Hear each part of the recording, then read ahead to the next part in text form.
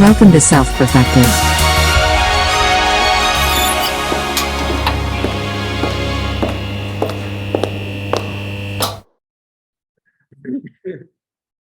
Hey, welcome to the Self-Perfected podcast. To the Self-Perfected podcast. We have a very special guest for you today. Please post in the comments who you think it is. Well, you can see who it is. It's obvious who it is. Yeah. Okay, what do you have to say for yourself? The What do you have to artist say about formerly the known Jewish as media? Kanye West. There's a lot of things about Bernard Pullman that I love. I love so many things about Self-Perfected. I love the cult. I love being in a cult. Being in a cult is the greatest. Why? This guy's great. Listen, but you know, my father grew up in a cult, and so you know, I know a lot of things about cults, and I don't. Being in a cult is, I love it. There's so many things about it. Okay, all right. Oh, wait, you want to get into some of the politics and stuff about what's going on in this world? I want to talk about Santa. And I want to talk about this whole thing about Black Santa. How can Santa be black? That's the last person that's going to visit some children's houses. It's true. Okay. You know, Black Santa is going to visit every house except his own kids. That's what I think. So I would put my kid with a transgender Santa before a Black Santa. Damn. Can you also talk to us about how Jesus Rudolph, is the the way? transgender reindeer. Please, can you talk to us about how Jesus is the Lord, and we need to give up everything and just focus on God and Jesus? First of all, Jesus and Hitler are best bros up in heaven. Oh, this is good. You need to know the real story. Okay. Jesus was the first demon. Hitler was a follower of Jesus. Not on earth, but in heaven. Okay. Now, do your forgiveness. Stop reacting, bitch. All right. Move on. Back to you, Alex. I had these papers. I knew what I was going to say, but I'm confused now. Look, I will walk away from this interview. Okay. I'm sorry. Sorry. I will buy a private jet. Well, I will rent one. No, I will rent an Uber. No, I can't use Uber anymore. I will drive for Uber. Wait, hold on. Wait, hold on a second. Okay, I got to do a pickup. I'll be right back. I think is left. He's left, guys. Hey guys, did you start yet? Hey. Cam, dude, Cam. you missed it. You missed What? it. We had What did I Gay miss? on. He was in Jefferson. It looked just like your office. Clothes over The there? artist formerly known as Kanye West Was was that who left all these clothes over there? Yeah, dude. I just found all these clothes there and I was really cold. So I was like, well, that looks really good. I'll put all those layers on. Wow. Yeah, how's it been going? It's like a cold front in Texas. Yeah, it's like really cold. Yesterday, I took the kids out and we threw rocks on the pond and watched them skip across. It actually makes this really cool sound. Have you ever done that? I've done Oh, I heard it. You throw rocks across it and it goes like pew, pew, pew, pew. It sounds like a synthesizer. Oh, It's you mean crazy. because it's frozen? It's frozen. Yeah. No, yeah, like it's frozen. Right? Jake's like, what does that mean? No, dude, it sounds like a synthesizer. It's like pew, pew, pew, pew, pew. It's really cool. I'm like, dude, I want to record that. You're like, But dude, I wish it was 10 degrees all the time. No. I wish it was 10 degrees here. And it's weird Okay. because some of the water in the house, the faucets work and some it doesn't. Oh, that's not good. I'm like, that's That's really not good. I think you need to get your pipes checked. I'm curious, like how many people got screwed over all these buildings and stuff that are now prepared for 10 degrees? Well, before we get too into it, right? We actually do Into the have a weather. special guest on this Yeah. podcast. but it's still right? freezing. Yeah. Oh yeah, we Yeah. actually do. Owen and Chantelle, they're here at our place. If you're watching, you've seen them this entire time. We haven't introduced them yet, but they're in our place. That's the background that Christine usually has. And if you're listening, I just described it to you. But Owen and Chantelle, hi, welcome, guys. Hey. Hey, okay, because this group is so awesome and this podcast has been around for so long. Chantelle, would you please share, how did you find this group? And then Owen, also please share, how did you find this group and what's the biggest benefits you've seen from it? I think that'd be great. Yeah, for sure. For me, it was like I was looking for new podcasts to listen to because I would always listen to podcasts on my bike rides, and I was looking for a new personal development. Found someone posted this in a group, a Facebook group, and it caught my attention because it said self-perfected, plus it was also red. So I was like, oh, interesting. Let me try this out. So then I listened to it. I was like, the first episode, I was like, wow, this is like really interesting. What was the first episode you listened to? The introduction one, like Oh man, Origins. very first episode. Cameron's talking about the Destiny Farm, everything. Yeah. I was like, this is interesting. And then I was like, the next day I listened to another one, and then it just kept getting better and better, and nothing I've ever heard before, but also resonated with a lot of it. And then I also like started thinking like, man, like I never even thought about vocabulary and stuff like that. So then I started investigating that within myself.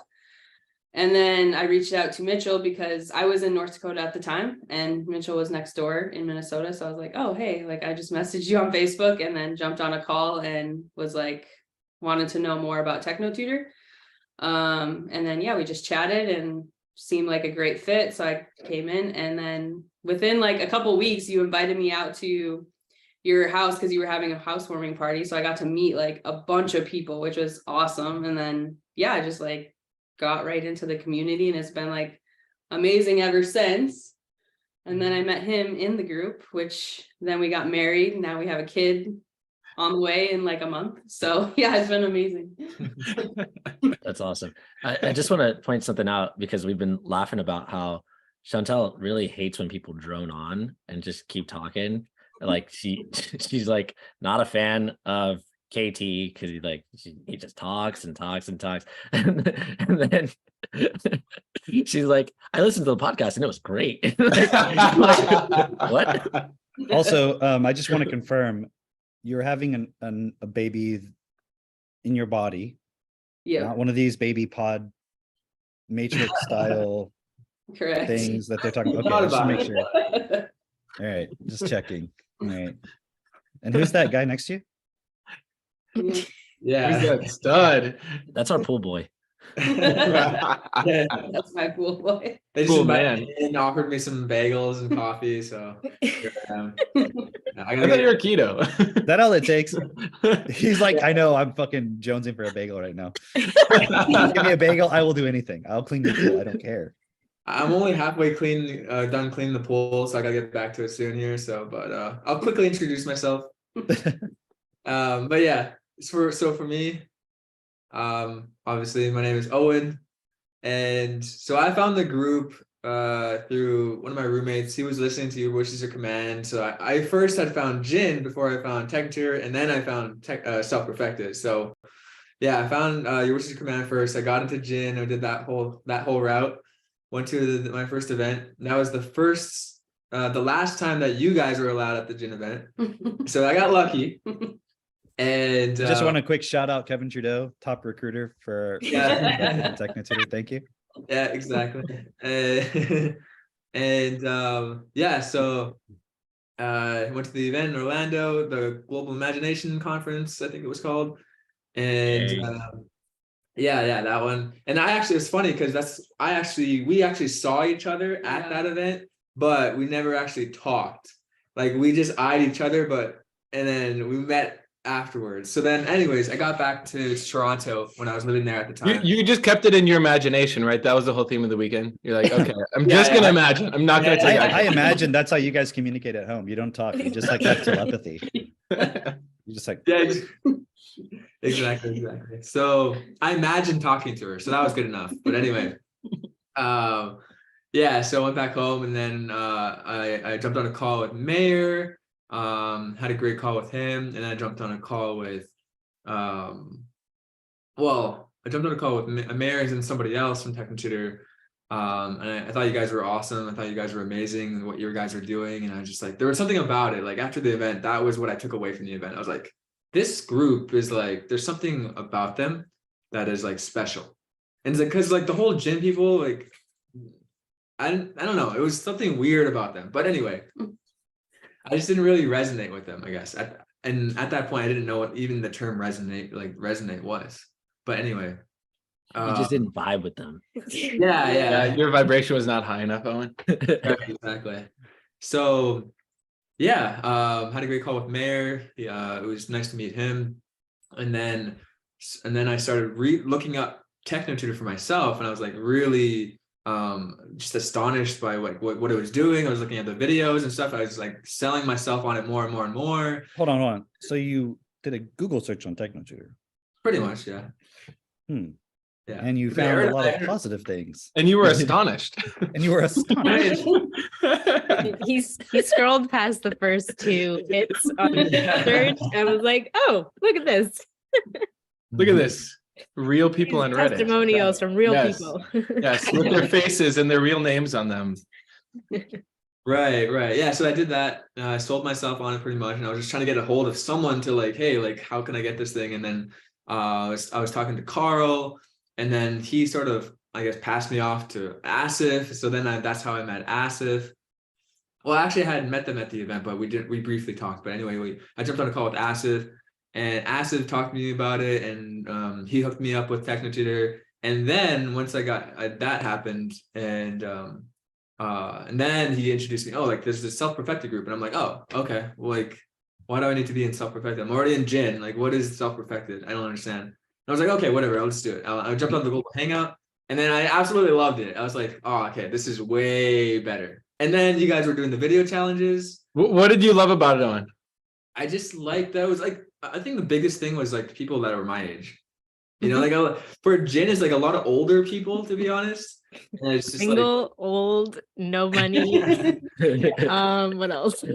Well, but would you agree that Jin has a lot of people who are still searching? yes, yeah, for sure. Right. That's why we were a part of it, right? Yeah, And they don't have purpose. yeah. So, but that's the whole thing about Jen is they're not claiming that you should have, you should choose your own purpose, right? And we're saying no, there's only one purpose that makes sense, right? So that's going to be an obvious difference of why people resonate with it. Yeah. And yeah, you guys were doing the video challenges, and I was like all in. I did the video challenges and everything, and that was pretty much it. I was like I was in the culture at that point. So Yeah. And then from there, it was like only a matter of time before you and Chantelle were talking to each other. Well, Yep. that's so funny because I remember Chantelle, because you came in as a distributor right away, and we would have conversations like once a week or every other week, and you're like actively looking for a partner.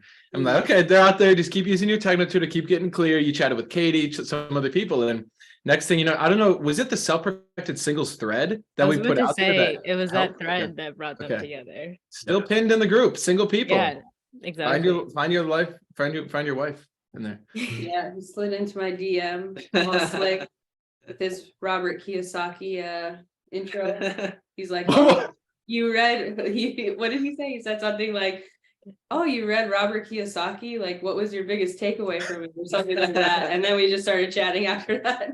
Oh, I thought it was something like, hey, you looking for a rich dad or a poor dad? And now your baby's name is going to be Robert Kiyosaki. Got it. Okay. That's his first That's funny name. because we actually played Cash Flow last night and Chantelle won. Oh, that's true. Hey. That's true. She Wait, crushed. what? What do you say? Yeah, we played Cash Flow last night. Chantelle. Oh, crushed Chantelle us. won. Okay, cool. Yeah. Nice. Wow. And then you moved to Miami, and the rest is history. Yeah. Yeah, exactly. Heck yeah. Or he came back. Actually, we met in person for the first time at your wedding. Oh yeah. So Well, was for the first second we time, met but in like person. actually meeting. Yeah. Yeah, Not yeah. in your It imagination. was the first time they spoke a word. Hey, and that's so fitting. That's so fitting. The initial place you met was the Imagination Conference. And then at our wedding, we called it Making Love Real. So welcome to reality, everyone, right? Boom. Exactly. We know what we're doing. Yeah. Or at least Mitch That's does. I have my days. That's what I pray for every day. Yeah. Yes, and I answer your prayers because I'm God. Yes. So thanks. Thank you, Mitch. You can, you know. I did you get my prayer this morning? Because I'm still looking. No, it's backlogged because Christmas. There's Yeah. like so much I got to do, and Okay, You got to send the alright. prayers to Signal. yeah, and then like there's just all these changes happening in the world, and like the people in Ukraine are offering a bunch of prayers. Everyone's praying for Ukraine. Hey, their praise got People answered. are praying for 45 Russia. billion. Yeah, they got some prayer power there. Yeah, I know. I'm apparently. paying attention. Paying a lot of attention to it. Hey, I've noticed though that you kind of ignored like all the brown people in like Africa and in Asia, and you've been in. There's a lot of people. They say they're praying. I don't know. Have you heard them at all? Like, yeah, like it's. I know it's there. I know it's there. You've You know, heard of but- diversity, equity, and inclusion, right? No, but there's a proposal next week. I have a meeting with this guy named Klaus Schwab. He's trying to partner with me. So, I'm going to hear about it. Your ESG score is going to be so fucking low. I'm telling you right now. Wouldn't it be funny if like the Pope was like a World Economic Forum partner? Like if it's like the Catholic Church, like partner, like they're like I above would all not of even that. be surprised. No, I'm pretty nowadays. sure they are. Like, Really? Okay. yeah. Look it up. Look it up if it's like the Vatican or the Pope. But I'm pretty sure they have ties with the World Economic Forum. Pope Francis, agenda contributor, the World Economic Forum. Boom. He's made a message to Davos in 2018. Wow. See, Can't trust any of that. Davos, church already dedicated to themes of forum from VaticanNews.va. They See? got everybody. They got the Catholics. They got the Not us. Hindus. They got the sad dude. Well, but actually, it's a Yeah. cool thing. It's actually a cool thing because think about it. What does that imply that the Catholic Church is interested in? Control. world domination. Yeah, but also just like influencing the system, Yeah. Right. taking some level of responsibility for it. So like Yeah. religious people, at least Catholics, can't hide behind, oh no, it's God's plan, it's this and that. It's like, but the Pope is straight up like, I'm gonna interfere in the system of the world and try to push things and give message. It's like it's Well, not God doing it. You can't wait for that. It's like actual physical. Cameron, the Pope is God's mouthpiece. Hello. Like, Yeah, he's my mouthpiece. Okay, let me tell you about the Pope right now. The only mouthpiece of the Pope. Oh God. Oh Okay, I'm God. not gonna go there. I'm not gonna talk about the Pope's mouth where it is. Yeah. We all know where that was going. So with that being said, y'all, okay, because World Economic Forum, everyone's trying to get on board with them, right? It's like this ship in there. Everyone's trying to get a ticket onto the ship because they think that's what's going to take them to the promised land. But little do they know that ship is sinking, That ship is called the Titanic. the Titanic. Everyone. And the real life raft, y'all see it? Is It's like right in Well, front of actually, you just don't get on that ship. Just don't get on that ship. Stay on the land, you. stay on the shore, Don't- where you're at. Don't get on Be the where fucking you're at. ship. Yeah, listen, we have our own group.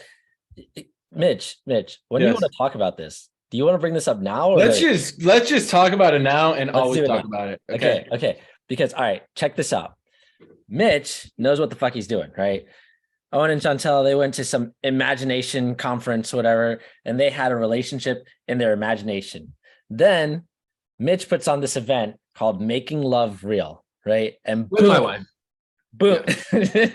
With his wife, yes. It was their wedding. It was their wedding. So Mitch puts on this event called Making Love Real. Boom. Their imagination love becomes real. Now they're having a baby. They're married. They're building a business together. They're all in, right? The Also, next think event- about it too. Yeah. Okay, what happened then the day after?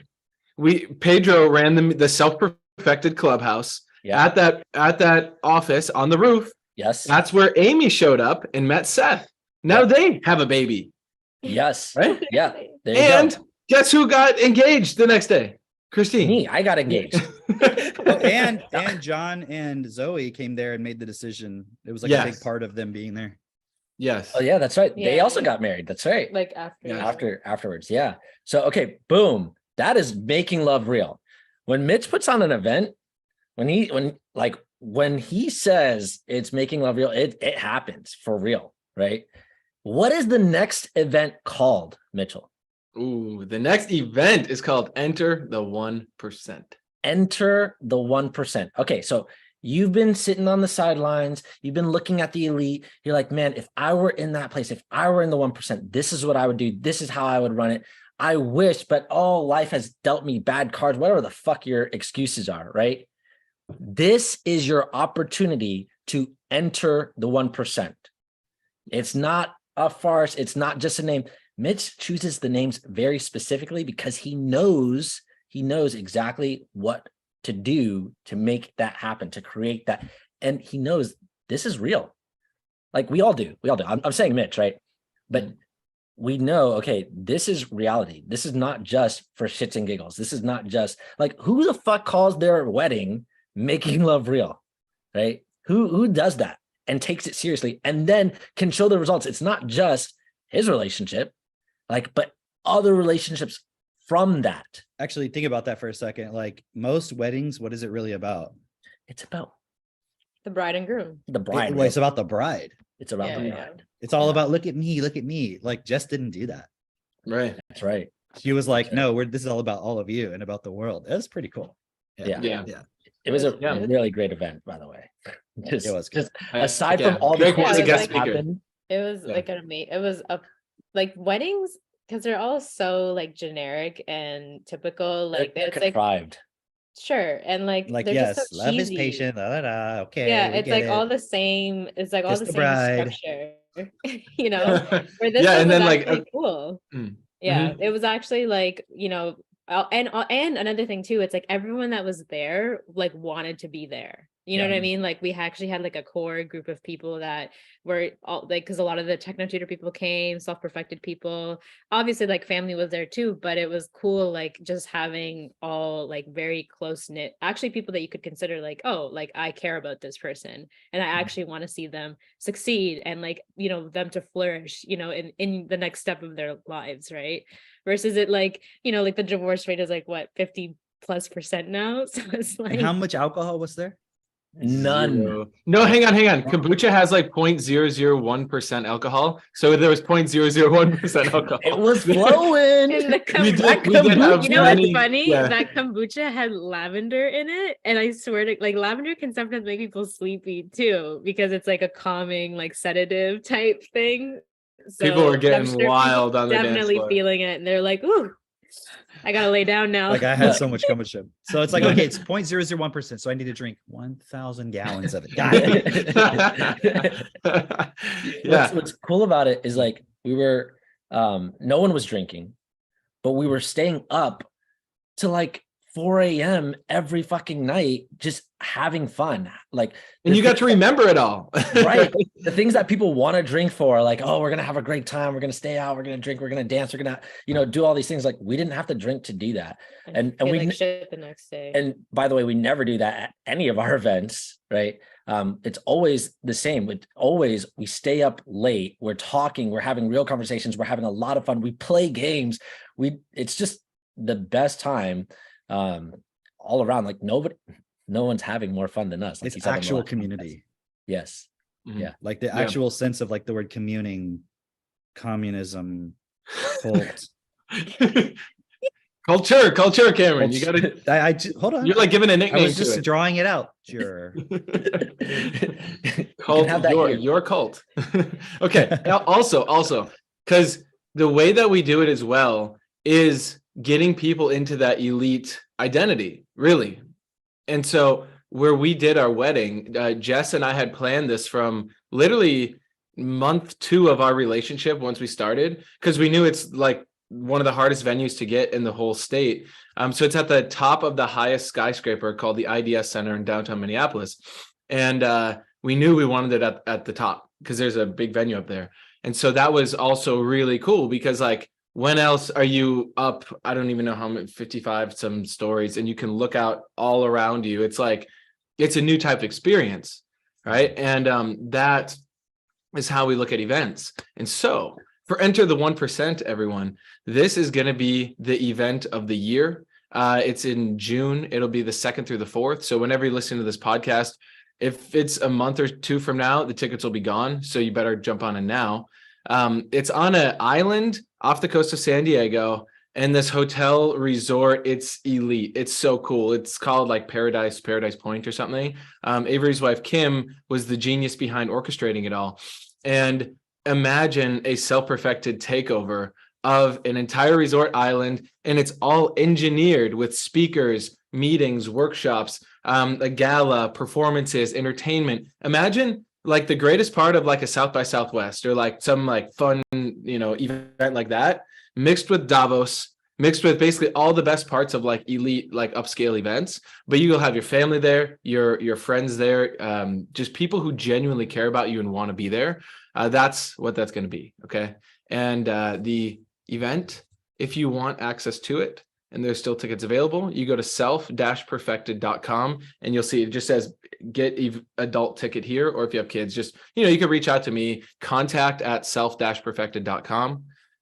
That'll go to me. If you have me on Facebook, you can reach out there. But imagine that you're surrounded by hundreds of other people in Self-Perfected that like these ideas, that have principles, that actually want to see the world be a better place, and realize that the World Economic Forum, Davos, all this bullshit is not the answer. The answer is a grassroots level, the people coming from, let's say, more of a common background that are leveling themselves up. They're changing their programming, they're changing their DNA, they're changing how they raise their kids, the next generation of kids, and just all of that engineered so that this event is then the catalyst for you to really step into that next level of your identity. And then you bring everyone from your local community, your local clubhouses all there too. So then that all cross-pollinates. And then when you come back to your environment, it's like, wow, everyone is at that next point. So Yeah, that's the event. It's cool because you look at what everyone is generally trying to do. They're trying to take the red pill, which is so they can do what? Escape the matrix. Break through the matrix. Yeah, escape it, right? Get out of it, right? Yeah. Right. But the key is to enter the 1%, is to be in the matrix and to actually be those who make the decisions. Yeah. And everyone, and notice like there's this brainwashing that happens where people are like, well, anybody who tries to get to the top, they get corrupted and all this stuff. And it's like, no, anybody who's being promoted to you by the system, Yeah. they're already corrupted. Yeah. Like we're saying, like, there's nothing we're afraid to say. We call it all out. And we've shown, like, we have our track record of calling it out and showing all these points since we started the podcast. We're always been right. And we're not being promoted by the system. Like, we don't care if we have 100 views on a podcast because it's irrelevant. That's going to be throttled anyways. The system is not promoting us. And I sent you guys this it was an interview with Owen Benjamin and this guy, Dr. Shiva, which I don't really know that much about him other than what I've seen on the interview, and I had heard his name a few times. And I guess he ran for Congress against Elizabeth Warren, which I had heard about that too. Yeah. Right? Yeah. So I know Christine was kind of into him before because she was like a holistic nutritionist and going down that route, and she'd learned about him, and her mom would send her videos. This was when like COVID first came out, like early pandemic. Yeah. He was like all about like fire Fauci, like this guy's a fraud, like don't fall for the PCR test, like, Right. it's kind of He's going like a on PhD, like that MIT freedom. guy and all that. He invented email, and then also RFK, Robert Kennedy Jr. He was basically saying, okay, so Robert Kennedy Jr. is known for being anti-vaccine, right? But apparently he's not been going all the way with it. It's like what something that Dr. Shiva exposed was that Robert Kennedy Jr. is saying he's anti-vaccine to get all the people who would be anti-vaccine to follow his movement, and then sitting on that movement, basically not advancing it, just getting all the like, oh yeah, don't worry, I'm fighting for you, and then just like taking all that money and just like blowing it. I knew that. Okay, hold on. I'm not anti-vaccine. I'm pro climate change. Okay. Okay, sorry. That was Robert F. Kennedy Jr., folks. And he just had to switch with me for a second. I'm basically just portaling at this point. Teach me how. But I could see from the beginning with him, because he's also like all about climate change and everything. And I'm like, he's just pushing the same fucking agenda. Right? Yeah. But We're just reading the comments. Oh. The comments. Someone said Kanye cope. And Jess said for sure getting banned. Yeah. But he made this really cool point in that podcast with Owen Benjamin, where he's like, you know, he kept calling him fucker Carlson, right? Tucker Carlson, right? And he's saying like how, you know, you look at like Owen, not Owen, Russell Brand, Joe Rogan, like any of these people, they never challenge the system all the way. It's always this point of like, when you listen to Russell Brand, like what's his solution? Oh, everyone joins his meditation and then comes to one of his comedy shows. That's it. Which I understand he's promoting himself, but it's like, that's it. It's like literally just, you know, we can take back our collective power. And you're like, how? Just like Come to my comedy show and knowledge and you 30 million beautiful souls. And it's like, what Right. are you suggesting? So it's like a funnel to get you sucked in, and now you're just being entertained and you have no solution. So it's like these filters, not filters, are like traps. Churches do the same thing, like religions. It's like you're searching for an answer, and then it's like, here you go, and now you're just stuck in the system. Yeah. You know. Now this is where the self-perfected, for those of you who can hear this and see this, and it's like that's now a wonderful pool of people where you can go and meet people who are still searching. Right. And then you can bring them on board with us because we're the only group with a real solution. Right. So just every time I see Russell Brand, I'm like, okay, when's he coming to America? I'm going to a show and I'm sending everyone I know to his shows. Yeah. And then Joe Rogan, same thing. Right. Oh, but anyways, the point about with the Dr. Shiva thing was just that he was saying like you have these people who are promoted in the system, and it's like they're just like these checkpoints, you know, you get stuck in those. So I totally agree, Mitch. Like you can utilize the following those people have, but then you have to go and you have to find those people who are like still a little bit open, still searching. And you know, it's persuasion, all that stuff too, but it's really just about explaining things and showing them like, hey, here is the actual solution. And the one thing that was cool about the Dr. Shiva thing is he said, it's like, it can't be a top down, it has to be a bottom up point. So the if it is truly bottom up, right? You guys know I'm a bottom. Everyone knows this, right? So I'm all about that. But I consider myself a power bottom up. That's what I call it. Okay. All right. But the system's never going to support that. You know, the system's not going to support you if you're coming from the bottom up, because the system only wants to maintain the system. Right. So if you actually challenge it, so the only way is to go direct. Doesn't mean you can't use like social media and platforms and things while it's available, but I mean, think about it. Like just that point of the system is not going to allow a bottom up approach, because if you were the king, you don't want your fucking peasants to fucking decide what's going to happen. You bring in another king, another like, oh no, this prince over here, this lord over here is great. This knight, like that's all within your realm of control. It's not a bottom up approach. And it's such a pattern, because think about like slavery, like the ratio of slaves to slave master. And then now it's like even now on a global scale, it's like the ratio of consumer to elite. It's like so vast. And I remember listening to this in The Soul of Money, where it was said, it's like it's interesting how the pattern of like the human being has just been to just accept everything the way that it is, even though there's the majority can actually stand up and change things. But it's like the system has got you, your mind has got you basically to just, fully accept and allow like what you've been given. And I mean, now we have the tool to actually like break through all of that. But before it was really challenging. Like you couldn't really break through because there was no really way to do it. And the challenge too, even for people in our group, is that they have to still challenge every day the points where they're still just accepting the system as is. It doesn't mean you need to detach from the system, right? Because you can't. Like if I was like, I'm going to go off grid and grow my own food and all that, I'm like, that's all I'd spend my time doing. I'm not doing that. That's not this in this. It's only a matter of time before they pass some law where you can't do it anyways. Like, you know what I mean? It's just give me a break. And it's funny too, because like you don't think the technology is going to catch up to the point where like they can find you if they really want to. Like you're like, we have our commune on this island off the coast of Mexico. The Chinese party shows up. You're not property of the Chinese Communist Party. No, dude, I saw this thing where it's like they have like the 5G tower lines or whatever, like the beam, I don't know, whatever the routes that it beams the information, and it's like you can't plant a tree right here. So it's like, if you're in the way, they're like, nope, you can't be there. So they're going to find some excuse of like why you can't do all of that. Right. Yeah. Yeah. And then they'll create like a nice little reservation for those of you who want to be off grid. Sure, here you go. It's going to be just like, like in a Brave New World, where they have this reservation of these are the savages, and we'll keep them in the savage land. And then everyone else, we're all civilized. We all, drink the Kool-Aid every morning. That's basically what it's going to be like. I saw this cool image of it was a whale being towed by a goldfish. So a whale with like a rope around its body, and it's being towed by a goldfish, and the whale's saying, it's a cartoon. So oh, you're like blowing my mind for a second.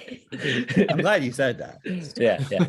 But the whale's saying, I have to do what the government says, or the police will get me. Right. And then behind the goldfish, so the goldfish is the government, right? And then behind the goldfish was just a slightly bigger fish with like blue and red lights on it. And it's like, that's essentially what we're participating in as we the people. We have the mass, we have the capability, but we're all participating as if we were all in this like group think or something. See, but now the problem with it is people will go, oh, see, so it's just about all of us, if we would just all not accept it. Right. And that's not an actual solution in the sense of if everyone just realized that. Yeah. Because how do they get to realizing it? And then what do they do after that point? If everyone doesn't have the same way of looking at things, then there's not going to be any agreement about what to do. And then there's going to be disorganization. And then someone's going to come along and be like, I know how to fucking influence and organize people. So I'm just going to make my own thing again. It's like the kids and I have been reading like all the Asimov books, and when you get to like the last series he wrote called Foundation, it's all about like the rise and fall of like this empire and trying to like organize the galaxy and it crumbling and coming back together and trying to, leaders trying to influence and all this stuff. And it's really fascinating because the part I'm on right now, he's talking about how they had to create a group of elite, they call them like mental scientists, but that really understand like how to influence and so forth, that could run society, but people would resist that. And Katie's reading this book right now called Upgrade by Blake Crouch. You guys have read like Recursion. Yeah. There's another one, Dark Matter, right? So he has a new book called Upgrade, which I haven't read, but I bought it for Katie. And she was just telling me part of it is like, it's about this, it's like, I think it's about genetic engineering or something. And it's about somebody realizing that if everybody was really intelligent, then, we could have a better world, but it's like intelligent in the sense of like how normal intelligence is defined or like, that kind of thing. And then it's trying to like force it. And it's trying to make it like it's a bad thing of trying to make everyone really intelligent. It's really fascinating. But again, it's not going to be a top down. It's going to be a individual, like I choose now to educate myself, but now I have the tools to do it. But then that person has to walk the process of like, what are all the things I'm accepting that are going to prevent me from actually standing equal to the system and not allowing any abuse? That's what real democracy is. So like right now, the whole thing about democracy is just like abused. It's like, how can I influence the masses through manipulation, persuasion, and so forth to just do what I want while they're just feeling emotionally satisfied? I mean, look at it. Like fucking politics is just entertainment. Yeah. It's like you entertain people to the point where then you can just do whatever you want over here. It's like whoever gets the biggest following gets to do whatever they want. It's like the Instagram influencer. That's not their real life. That's just the pictures they're putting up. But you give them the attention and then they can go do what they really want. It's funny. Mitch just had a video on this where he was talking about like in 2004, the two presidential candidates were basically, they went to the same schools. They were in the same clubs. They were both part of Yale Skull and Bones. And like, so behind the scenes. Yeah, skull and boners. You'd like them actually. I think they're tops. Scaly boners. They're tops. But, yeah. Send me their. I'm gonna DM them right now. But these both of them were basically, if you look behind the scenes, they're essentially the same person. Right. They just put on a different face for who they're going to influence. Somebody was saying like fuck politics, like left, right, fuck them both, fuck like all of this facade, because it's literally, it all promotes the same exact thing. Doesn't matter who comes into office. They're just appealing to, okay, now we're going to appeal to the corporate side. Oh, now we're going to appeal to what the people want.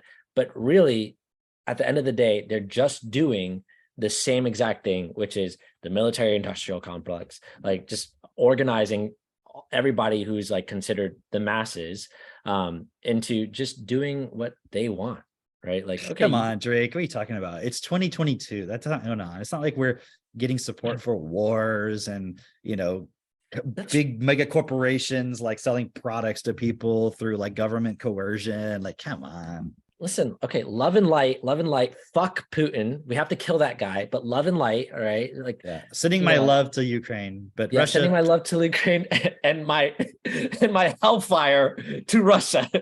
My hellfire missiles. Yeah.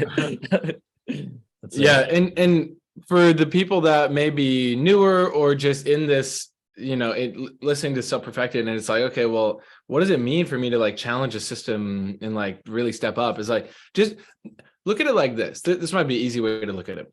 Imagine you just had some friends or like people that you wanted to hang out with, and you just systematically made sure you found time to hang out with them in a group, and then hang out with them one-on-one, and then just like sell them on their next point of responsibility.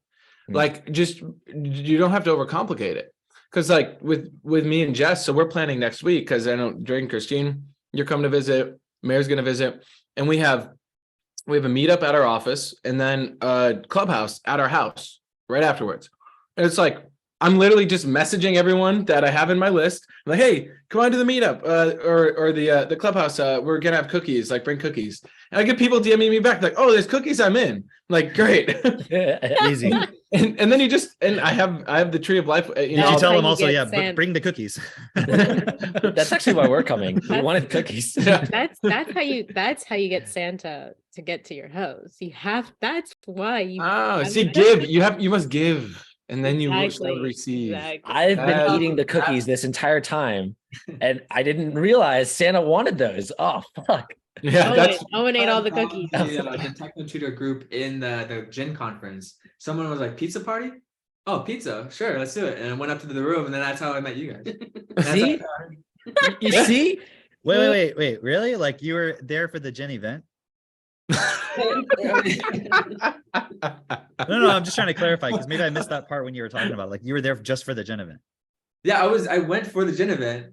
And you had nothing to do with Self-Perfected at all. Or remember, I heard you say that, but it didn't process. Didn't you meet like Kian in the line at the airport? Yeah. That's how he got involved. Oh, that's right.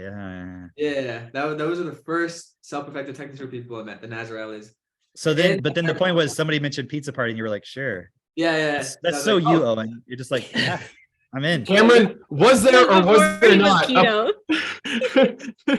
Was there or was there not a private meeting in Cameron Cub's suite? It was a pizza party. We were blowing paper napkins, tissues around. Literally, that was the game we were playing. But actually, like, that's what it can look like. Just so people have a clear vision of what does it look like. It's, you get people that you can tell are somewhat on the same page in the same room as you, and then you start talking, and you talk about what we talk about here. You know, there's more specifics and all that, but just like, I just see sometimes people can get all in their mind and they're like, yeah, but like, what do I do? It's like, just imagine you want to fucking hang out with your friends. It's not that hard. but it's cool, because that is what I'm talking about. It's like, people just want to just be in the system. And again, I'm not saying to escape it, but they just want to go along with it. So it's like, they want something else to be the higher responsibility point. It's, you know, how easy would it be to get your friends, like, outside of what we're talking about? How easy would it be, like, hey, Super Bowl party, all friends come over? Yeah. Because the Super Bowl is the one that's doing it for you. Or we're watching Glee or whatever the fucking thing is. You know what I mean? It's like, you're just what? World Cup, exactly, right? So, but actually, that's not real community. I'm not saying you can't enjoy watching the World Cup or do whatever you want to do, but that can't be the thing that is driving your life. Right. Yes. That can't be the primary point. It has to be like, hey, we actually can change this. Like, imagine you're in the Matrix, you're in the Matrix movie, right? But you're going around and you're like, why did it have to be some fucking like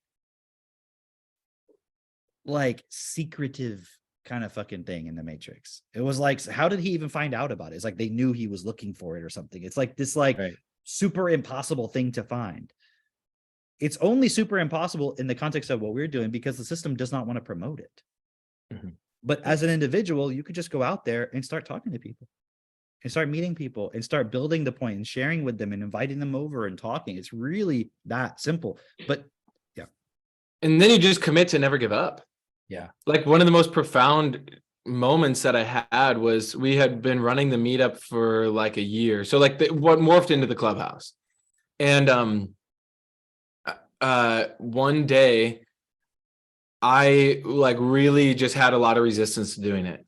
And we had like just got our puppy and all this stuff. And I was like, I'm like, Jess, what if we just like push it to next week? And she's like, no, because like, think about it. She goes, how can other people expect you to be consistent if you're not consistent? Like, how can we expect other people to consistently show up? Because that's something you'll run into when you're running a clubhouse and you're building a movement. Is sometimes it'll just be you and two other people, or you and one other person, or maybe even no one shows up. Then you learn the lesson. Like, okay, shit, I didn't promote this thing. Got it. Okay, next time I promote, and I promote hard every week. I'm always telling people it's going to be the best event yet. So it forces me to make it be the best event yet. And every single time it's the best event yet. It's this wonderful thing that happens. You can use your words to create your reality. Again, Wait, what? well, okay, hang on. It's not that simple. You have to have techno-tutor. Otherwise your words I are up. am a huge manifester. I am the best manifester. I'm the biggest manifester. Is it working? Yeah, I don't know. I can't see the proof, but like I'll use my imagination. Okay. And so that one day, because I remember I was sitting there and it was like an hour and a half before the meetup, and I was like, I could just like text people, like and then Jess told me that, and she's like, yeah, how can we expect anyone to consistently show up if we're not consistent? And I was like, that makes so much fucking sense. I was just like accepting some bullshit old pattern. Okay, did the self-forgiveness, and then we said, okay, but how about we have it just at our house? So we hit up some people who were going to be there, and then it ended up it was just Pedro. He came over. But that night we had really awesome conversation. And he basically said, he's like, look, I see what you guys are doing is real. Like, I want to be part of this. Like I want to fully come on board and everything. And that was the day it changed. Whereas if I would have said, let's just wait a week, who knows what would have happened? So you have little moments like that where you have breakthroughs, and sometimes it'll be obvious. Other times it won't be obvious. And you'll just have another clubhouse. And you're like, okay, kind of worked, kind of didn't. And then in the aftermath, it helps if you have a partner. Because then me and Jess, we'd always talk. We'd be like, okay, what could have made that better? How could we have improved? Who do we need to support more? But then you'll have other weeks where then there's 30, 40, 50 people there. You're like, this is epic. And so then it's just, but here's the point is you just never fucking give up. Yeah. That's We experienced the same thing. Literally, like with our clubhouse, it was just like, okay, like let's just be consistent, and no matter how we feel, we're just gonna do this. So sometimes it's like you'd have we had 4 people, including us. It's like literally 2 other people. Yeah. And then some days it was like we didn't have enough chairs. Yeah, you yeah, know? yeah. So Or like stealing chairs from other rooms and stuff. Like, okay, you can sit there. But yeah, it's cool. Like the point of consistency is huge. It's huge. But also there was another really cool point that you brought up of like doing the forgiveness. Like I was looking at that in particular, and it's cool. Like when I look at like people that people want to be like, right? It's like, oh, okay. You ever see someone like they're giving it their all, right? But they get crushed, right? Oh, like Or- Jesus. Yeah. Okay. Yay. Okay, wait. Let me finish. like, okay, you know how in movies, let's say that in movies, there'll be a character who's like giving it their all, and then it like, Oh, like it- Jesus in the crucifixion movie. Yeah, Passion of the Christ. Oh yeah. and everything's like stacked against them, right? Everything's stacked against them. They fail, then they get back up, they try again, they fail. Like, you ever meet someone like that where it's like this person does not take no for an answer. They don't let whatever the conditions are keep them down, right? And they keep getting better and better. Doesn't everyone admire that person, right? I realize really from the perspective of the process that we're doing, what it is that people actually admire about that. Do you know what it is? But we never stop. It's not just that we never stop. It's this point in particular, which is really like, it's amazing for process. Being able to easily and quickly forgive yourself. But like in the true essence of like what it means to forgive yourself, not just, oh, well, it's okay, whatever, but like actually like, oh, okay, I don't have to go into feeling guilty and beating up on myself and fucking like, because I realize that people will treat forgiveness, even self-forgiveness, as like, I have to feel bad first. Like I have to earn the forgiveness. And when you're doing that, it's like, it's this religious programming. That's what the fucking cross thing impulse, isn't it? Right. Yeah. It's Like, this religious programming where it's like forgiveness comes from outside of you. Even when you're forgiving yourself, you're still participating in like this forgiveness comes from outside of you and you have to earn it. You have to be worthy of it, all that bullshit. When in the reality, if you actually forgive yourself in the moment, you can just keep going. Like, okay, I fucked up, whatever, forgive myself and let me make it better. Let me not participate. Yeah, Bernard said that it doesn't change consequence. It allows you to face the consequence within responsibility, taking responsibility for the consequence and then preventing it from occurring again. Which is actually a really beautiful thing. Because if you didn't face the consequence, like what would be the point? You know, it would just be abuse, right? Most people do self-forgiveness from the perspective of like trying to make yourself feel better. Yeah, or their processing ability is so low they can't even see the consequence, and then they just spiral again. And that's a big problem too. Yeah, that's why Technotutor is the key to it. Yeah, and the part where you just said about feeling good, it's also like when someone doesn't see the full picture of what they're doing within this process. It's like you're only doing the writing and you're only doing Technotutor, but you don't see beyond, like even studying Destiny and all the equaffs. You know what I mean? Like going beyond to like actually realize the purpose of like why you would even want to do something like this. You know, it's just at the point, like people will get stuck because you see it, because obviously like there's been a lot of time that's gone by with just this process being like available, but you can see where people will get stuck. It's like, oh, I don't want to actually take the most responsibility. I just want to feel good about myself. And then it just becomes an abuse of the process. It becomes just completely self-interested. And people they say like, well, I could do the process, but not do all that. And it's like, what's the process? Yeah. So you're just saying I can do the process of my own self-interest. That's all you're really saying. You know, it's a lot like, you know, the Iliad, right? Where Odysseus goes to Troy or whatever. He's trying to make his way back to his wife. I forget her name, Penelope. Okay. All right. He's trying to make his way back to his wife. And on the way back, he gets caught at an island, and it's the island of Calypso, right? And when he gets there, it's like, this woman is a goddess or a god, whatever. And she is there to please his every desire, like literally fucking him good, all that shit, right? Top, giving him bottom, good food. everything. Yeah. Top, bottom, whatever crazy kink he might have had, it was getting fulfilled there, right? But like, it's funny because in that story, he goes through this like, this feels amazing. And what guy would ever want to lead this? Like, I have my desires met, right?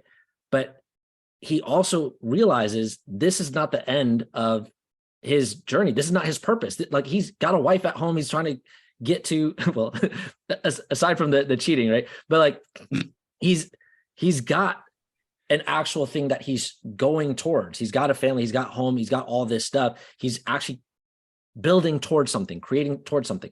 And the point being, it's like, you can get to a point where you feel really good, you have your desires met, but that is the trap along the hero's journey of, you could stay here forever, sure, but that's not what your purpose is. That's not what you're here to do. Like, we are here to create a world that's best. We're here to actually change the system. And along the way, we will feel better. We will have these amazing experiences, but it's not to get caught in that or trapped in that and then turn in selfishly and inwardly and just like, I got it for myself, fuck everybody else, which it doesn't necessarily seem like fuck everybody else. When Odysseus is on that island, it doesn't seem like, I'm leaving everything behind. It's more so, or fuck everybody. It's more so just like, this feels amazing. How can I pull myself away from this? How can I draw away from this and actually keep true to my purpose? Yeah, I think it'd be cool. Owen and Chantelle, why do you guys do this process? Like from your perspective, why do you keep going? Yeah, well, there's something I want to add there too. Like, it's that program within us of like religion too, of like feeling good. So we would go to like church every weekend. We like, I'm doing my process. I'm doing what I'm supposed to do. I'm participating, right? And it's like, but you're not actually changing anything in your life. Like, I'm just going because then, it makes me feel good that I did what I was supposed to do. It's like, oh, I did techno tutor and I did self-forgiveness, but I'm actually not changing anything in my life. So even if you are doing like the process, you still have to take the responsibility. Like, but you're participating in that program of like, oh, I'm going to church and I'm doing all the things that I'm supposed to do, but I'm still not taking responsibility for Well, my life. also, just So, to add to like- that real quick, it's like isn't taking responsibility and understanding how the system works the highest level of vocabulary? So if Yeah. you're saying you're doing your techno tutor, but you're not expanding your vocabulary as much as possible, you're not actually doing it. You're doing it just within self-interest. So like Mhm.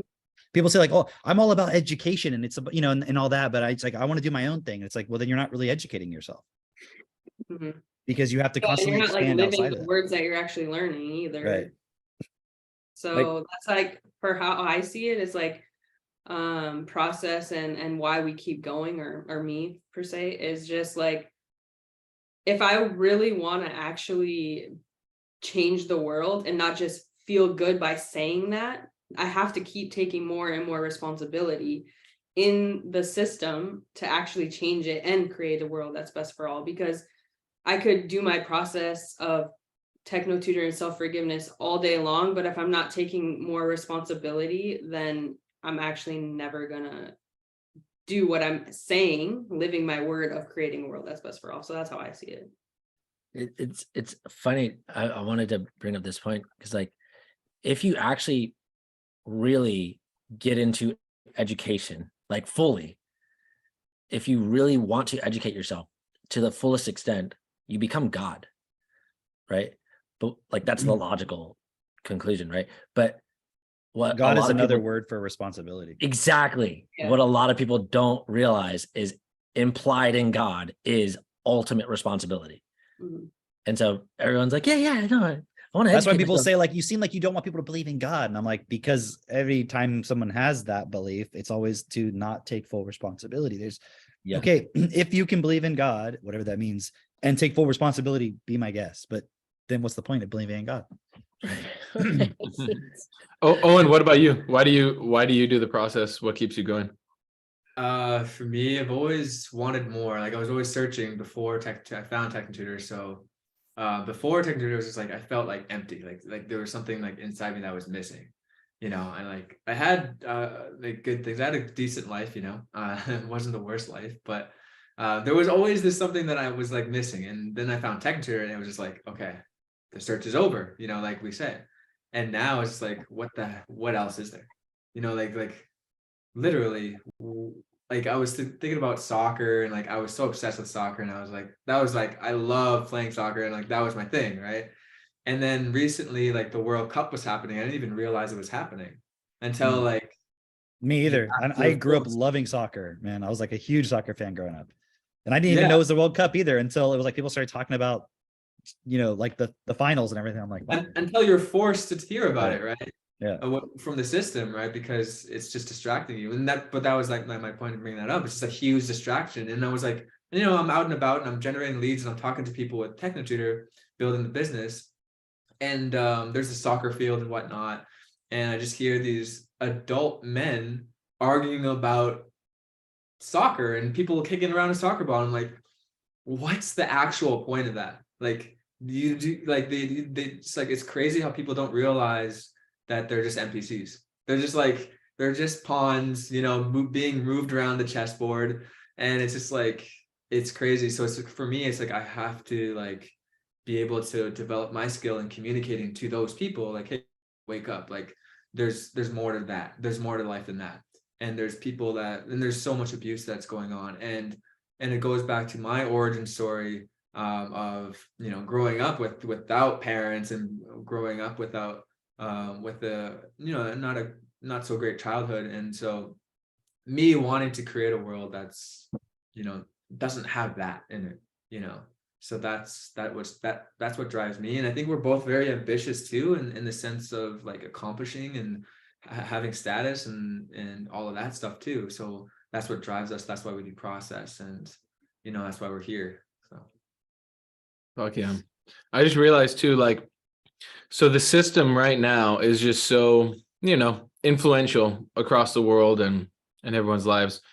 What's cool though is the system that we have here with TechnoTutor, with Self Perfected, with the podcast, with the Hangouts, with the clubhouses, all of that, that is the solution. And so there's like a conflict, because there's the system that we have, and then there's the greater system. But it's like every day we just keep going, our system gets bigger and more influential, and bigger and more influential. And it's really cool to be able to see it, because I see more and more people stepping up in the community. And then of course the event is going to be a next big point, but like, there are millions of people across the world, just like Owen, just like Chantelle, just like Drake, Christine, Cameron, me. We're not like special by any means. It's just, as people are now waking up, let's say, starting to become aware of, oh, okay, I'm kind of empty, something's not right. That's where then we can catch them, right? But that's not every one of us here and everyone listening to be that person, you know, to represent this best system, you know, that we really stand for. And the system's the solution. You know, that one took me a little while to understand too, but I really see it. It's the system is the solution. That's why we only need the 1% right now. You know, and then it scales. It's interesting too, this point of like getting people just to care about it, getting people to realize that everything that they are focused on, it's like, imagine, you know, for a fact that within everybody, they're not really happy. They're just going through the motions of life, but they have this pretense of like, no, I'm fine. Of course, they'll sit there and complain and complain and complain as long as you allow them to complain. But the moment you challenge them, like, okay, let's do something about it. Let's actually change things. Then it's like, well, no, everything's fine. I'm actually okay and everything. Getting people just to care. It's like, to care enough to take responsibility and then to be stable within that. Like, it's a very difficult point, because most people won't even have the self-honesty to realize, like, you could have had an amazing life, like a life where it's just like, it's not about everybody having a private jet. Because honestly, I mean, imagine we could create a system where it's like, whenever you need to fly somewhere, you have the best possible transportation at all times. And it's not based on whether you have enough money or not, or like, you know, it's just like the best. And all the people around you are cool, and you could have a great conversation with anyone. And you like don't care. Yeah, it's like, you're not like, oh, I gotta get through this. You know, it's like, think about it. Why do you have to have security at an airport? Since 9/11. Yeah, well, yeah, it's because 9/11 was done by Bush, right? I mean, that's the point. Oh, did I just get his banned again? Hold on. George Bush does not care about black people. Okay. But getting people to actually care about their own life. And it's fascinating too, because you know what's great? You know what's the problem? The problem is everybody's actually in a cult, but doesn't believe it or want to admit that they are. Yeah. I mean, think about it. If you take your kids to church where they sing the praises of some God who you can't see, who's apparently going to save you and did save you. But Cameron, you can feel him. You can feel God. And those same people are quick to call like Jehovah's Witness a cult, but not their own cult, you know? And why is Jehovah's Witness more of a cult? Because Because they disown you and you don't celebrate any holidays. It's like, yeah, but now challenge Santa Claus with your family and they'll disown you like that. Yeah. You know, talk about Jesus not being the son of God or some bullshit, and they're going to disown you like that. Yeah. You know, but getting people to actually care is challenging because you're dealing with their mind. It's like you're not even dealing with them, and their mind doesn't care. And so like the person's still stuck on that because it's like the mind's this defense mechanism, this protection mechanism. Like if I stick with it, it'll give me what I want. I just have to keep having faith in it. It's just like religion. It's like that pattern is there to have faith in God. So you'll just have faith in the system. Yeah. Like I remember when I was very little, just going, there's all these different religions. So none of them can be right. Like the fact that there's multiple religions is clear to me that none of them are correct. Like they're all bullshit. Yeah. Because why are there all these ones and everyone thinks they're the right one? It's just obviously bullshit. You know, and then obviously when I was a kid, I didn't have the understanding because I was in a system that was just trying to get me along a track of like, go to school, get your grades, go to college, get a job. And there's a built-in program of guilt if you question that stuff. Yeah. You know, if you're like, no, fuck that, I'm not going to go to college. I'm not, you know, I don't care about that. Or I don't care about getting a job. It's like, oh, you're lazy, you're unemployed or whatever, this or that. And it's like, Right. Those are all just, it's literally, I mean, it sucks. You have to go back to this analogy every time about slavery, but you know, slavery was a choice. Okay. But it is a choice, isn't it? Because think about it. You talk to a person, they keep fucking choosing slavery every time. Yeah. No matter what, you're like, no, I want my self-interest. I want my self-interest. Like that's slavery. Self-interest ends up with no one getting what they want. You like that analogy you made about Odysseus, right? That story where it's like you can stay on the island, but what did he find out? Do you remember? Because I don't remember the whole story, but what did he find out about Calypso? Wasn't there like something like underneath the surface? He had like STDs. No, that was on the other island. On the other island, it was like the lotus eaters. Yeah. But there wasn't something about Calypso where she was doing something nefarious or anything like that. I don't remember specifically. I Googled it. Apparently he was trying to get off the island and she wouldn't let him. Is that it? Well, Maybe she didn't want him to leave. She was doing everything she could to keep him, for sure. And like he had to eventually, I don't know, he had to do something to get off. Okay, maybe there wasn't any Maybe nefarious thing, but regardless, can you actually just remain in that state of ultimate pleasure forever when you derive? Okay, we're not in a fantasy story. We're in the real world. We're not in a fantasy island where some magical slave like just blows you all day. That's not where we're at. Okay, we're in actual reality where you have to get food and you have to get money and all these things, right? Can you just sit in a state of complete bliss all day long? No. It's not real. Like even if you could, you'd have to have resources coming to you constantly. You would have to have enslaved everybody else to make sure, like think about it. The guy sitting in the fucking temple meditating all day relies on the donations of all the other people. Yeah. Why don't they just go fucking sit in the thing and meditate? If Right. everyone did that, how would we eat? Yeah. So it's just total mind bullshit. If you can remain in your self-interest forever, it's not possible.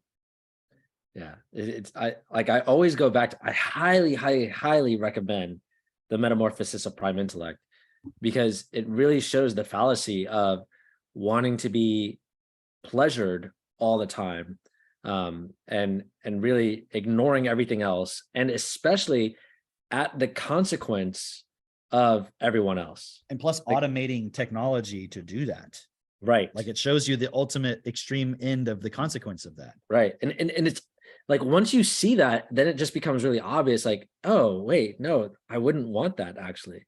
Like, what do I, and it should, if you have the vocabulary for it, it should prompt you to think, well, actually, I want to do what's best.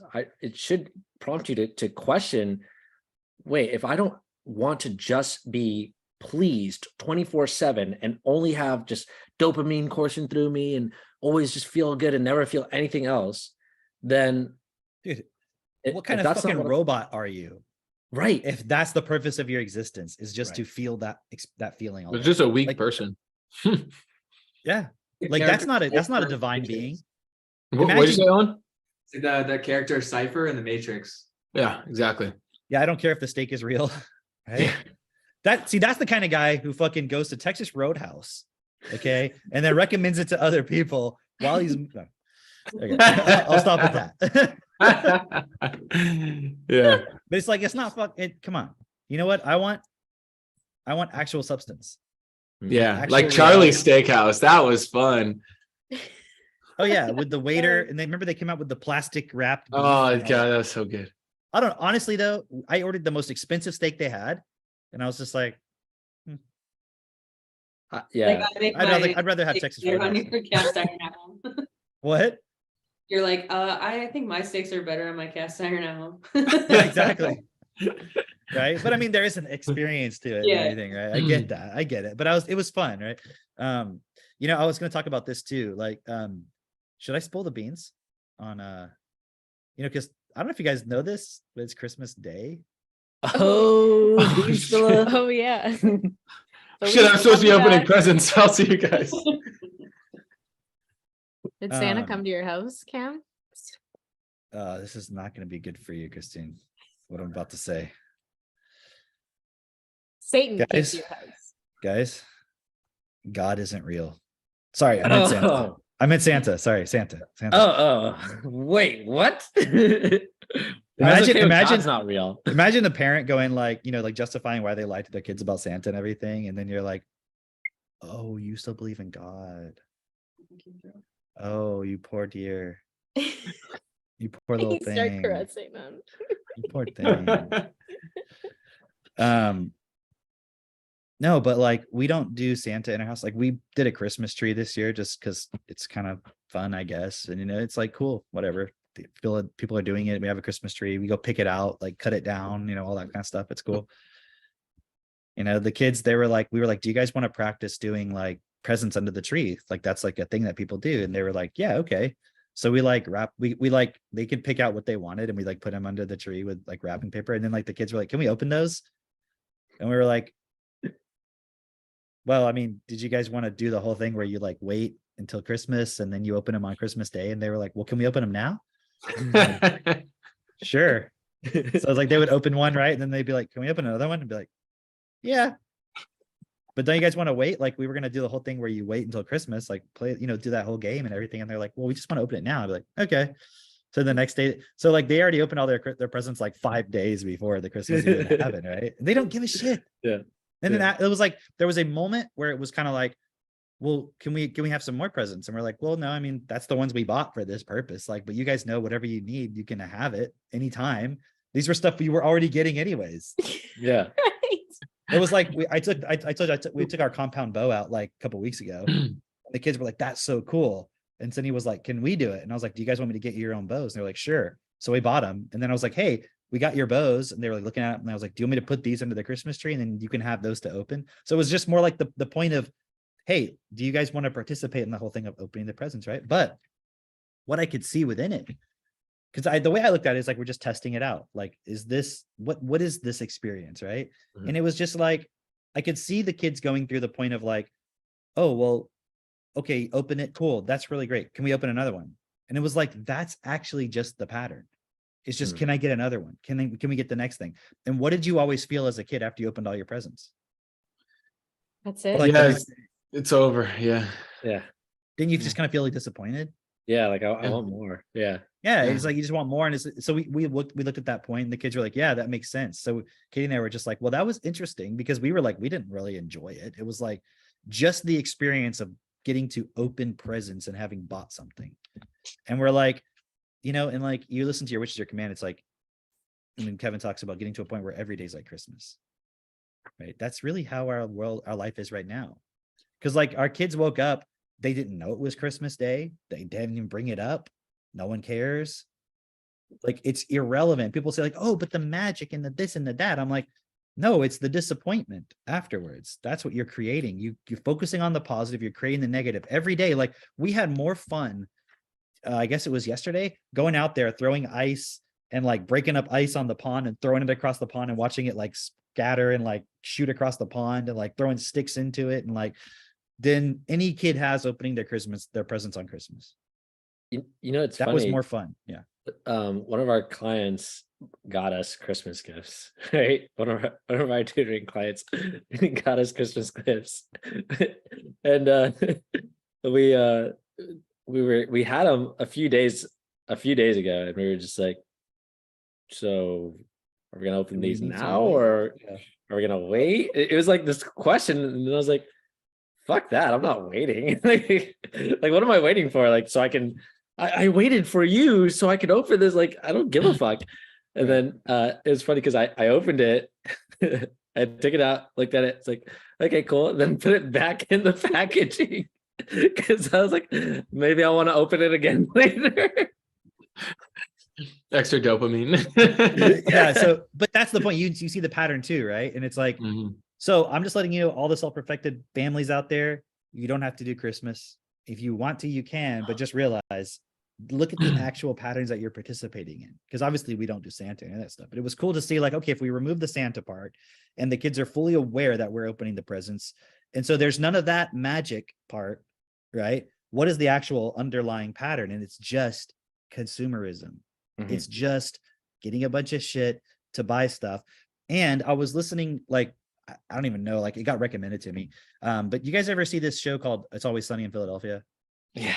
A pretty funny show. And for some reason that got, I don't watch it anymore, but for some reason it got recommended to me on my YouTube. And it was a podcast that they do. And they had Danny DeVito on the podcast because he's like one of the actors on the show. And as soon as he came into the studio, they were like, so what do you think about, you know, Christmas music being played, like, you know, before like Thanksgiving and all this? He's like, I don't really give a shit. He's like, I don't go anywhere where they play Christmas music. I don't go shopping. I don't go to the malls. My family doesn't play Christmas music. We don't care. Right.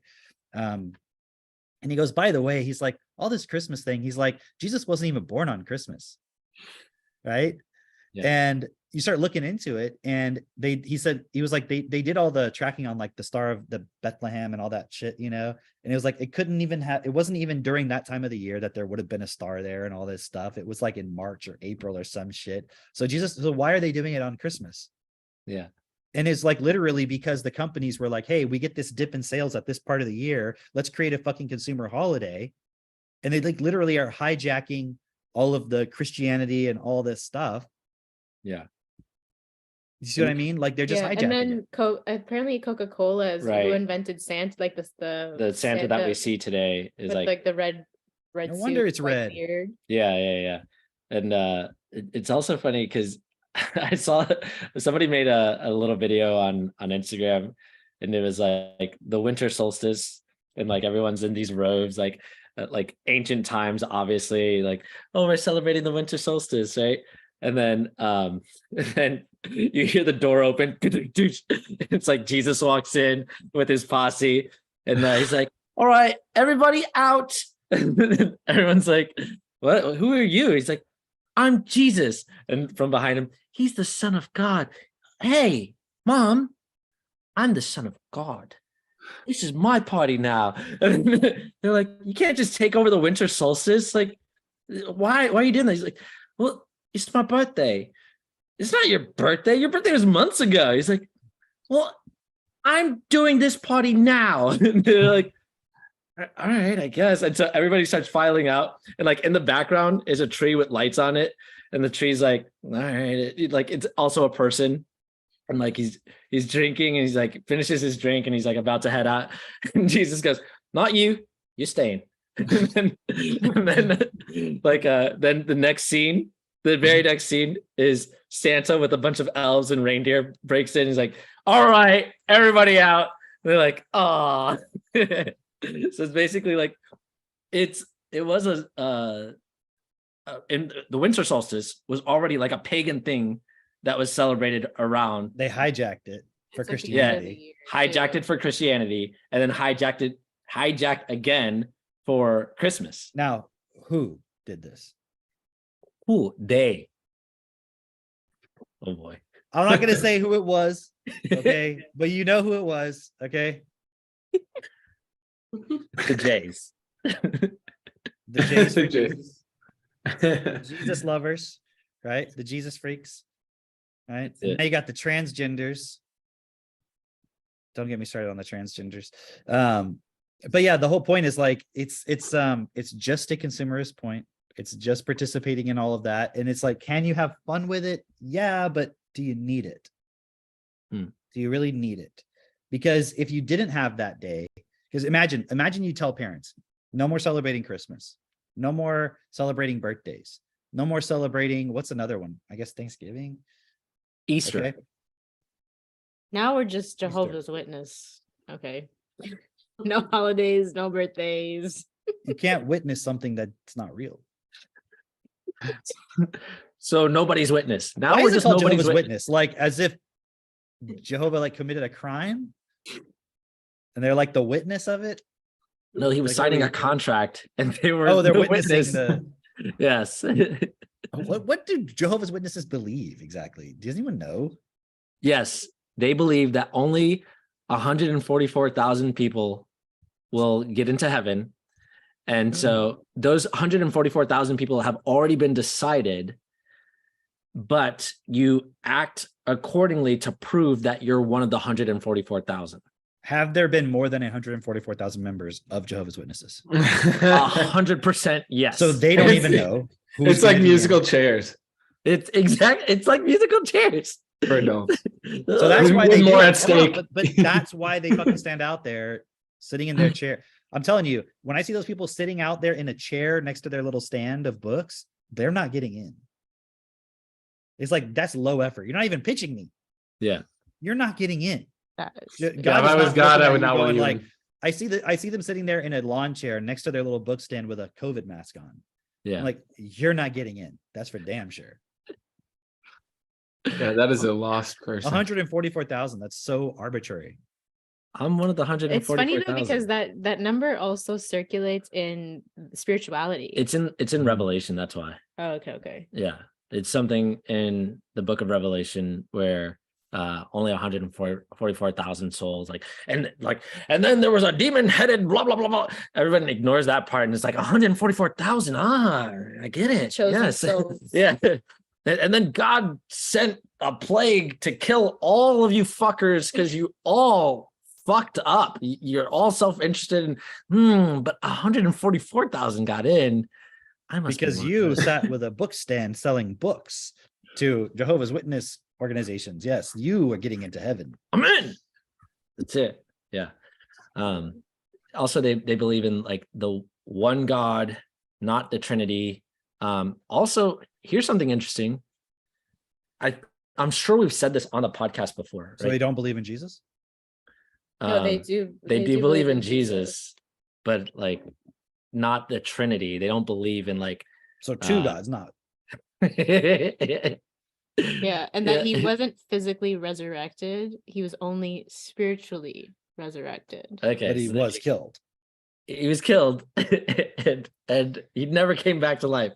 So they're just like, yeah, That makes him Jesus- less of a god. I don't know if they realize this. Like that's no, they don't believe Jesus was God. They just believe that that so what was God sent Jesus. Jesus was God's do son, but then he it? died. Well, then if he was God's son, who wasn't? What? If What? Jesus was God's son, like he sent him. Okay, this is just they believe some convoluted stuff. Okay, here's Can you something imagine that- sitting there going like, guys, you ever heard about this God guy? And they're like, really? Tell me about him. I'm like, first of all, let me start with this. He loved the world so much, he sent his only child to die. You're Wait, like, what? he didn't even love his own kid that much. Right?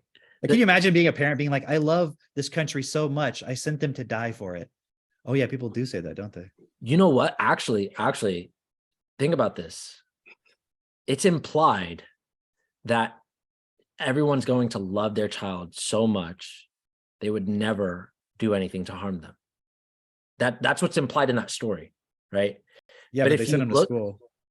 But if you look at they send them to school. They do so many things to harm their kids. They fucking celebrate Christmas. They spank their kids, they abuse their kids, they do so many different things that harm their children. Here's what I think it's crazy how this can work in another country, in a third world country, this same religious belief programming, because in so many different countries around the world, people will sell their children to survive for the next week. Like, this is not something that is just like, oh, it was a story, or what. Like, this is the reality for so many people, is they will literally sell their children to have enough money to buy food for the next week. Did I know somebody personally that happened to them when they were a I kid? do too. That is not like bullshit. And so, okay, God so loved the world that he would give his only son. Like, bitch, people do that shit. You have this false belief, this emotional belief that children are just going to love, or parents are just going to love their children. It's like, you were impulsed with that. Think about it. You were impulsed with that. Like, your parents are always like, I love you so much. I would never let any harm come to you. And they're smacking you around and all this shit. People say, like, I don't understand how a parent couldn't love their child. I'm like, dude, I don't see a lot of parents who do actually love their children.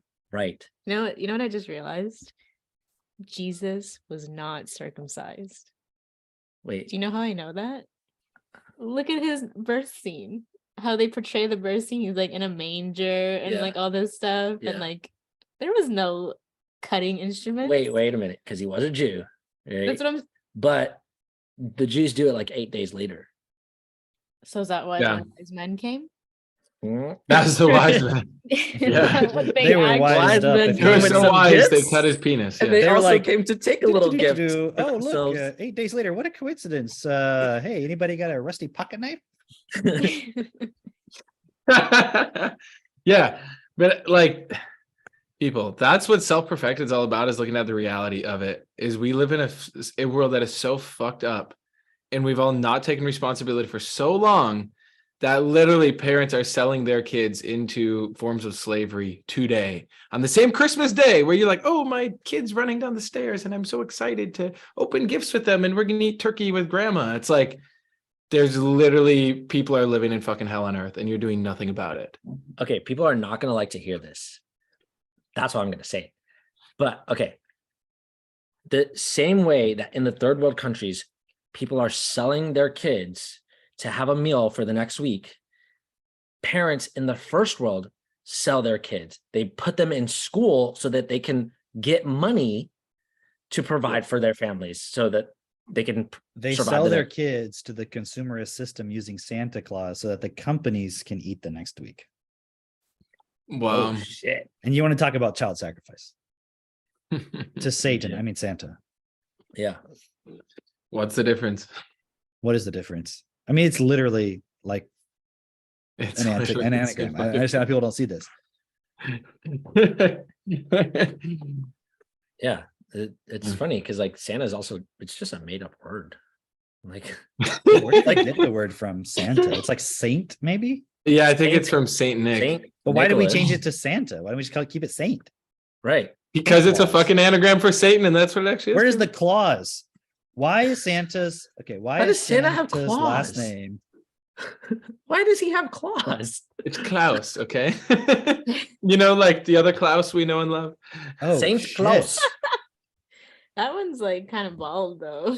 That's so Saint You Nicholas. just wear the hat, dude. What if they came out with the fucking World Economic Forum Oh, shit where you're it's gonna love Klaus this. Schwab wearing a Santa outfit? Let's hear it. Because Let's hear it. Saint, what is it? Saint what? Nicholas. Plus. Claus. Yeah. Ah, smart.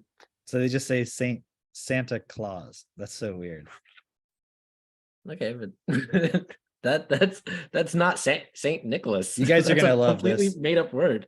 You know how like they'll be like people also ask, and it gives like a list of questions you can look at, right? Yeah. The first question is, why is Mrs. Claus first name? wow, people are retarded. What is it- Santa's real middle name? How how old is Santa's real name? What? I think the fucking algorithm's having a seizure. That's funny. Yeah. Apparently he's 1,751 years old. It's not that old. Keith says, you wore that hat just for this, didn't you? Actually, I Actually, I think Cam was just honestly cold. yeah, like it's actually just fucking cold outside and it just worked out. Yeah. Who is Santa's twin brother? Oh, Krampus.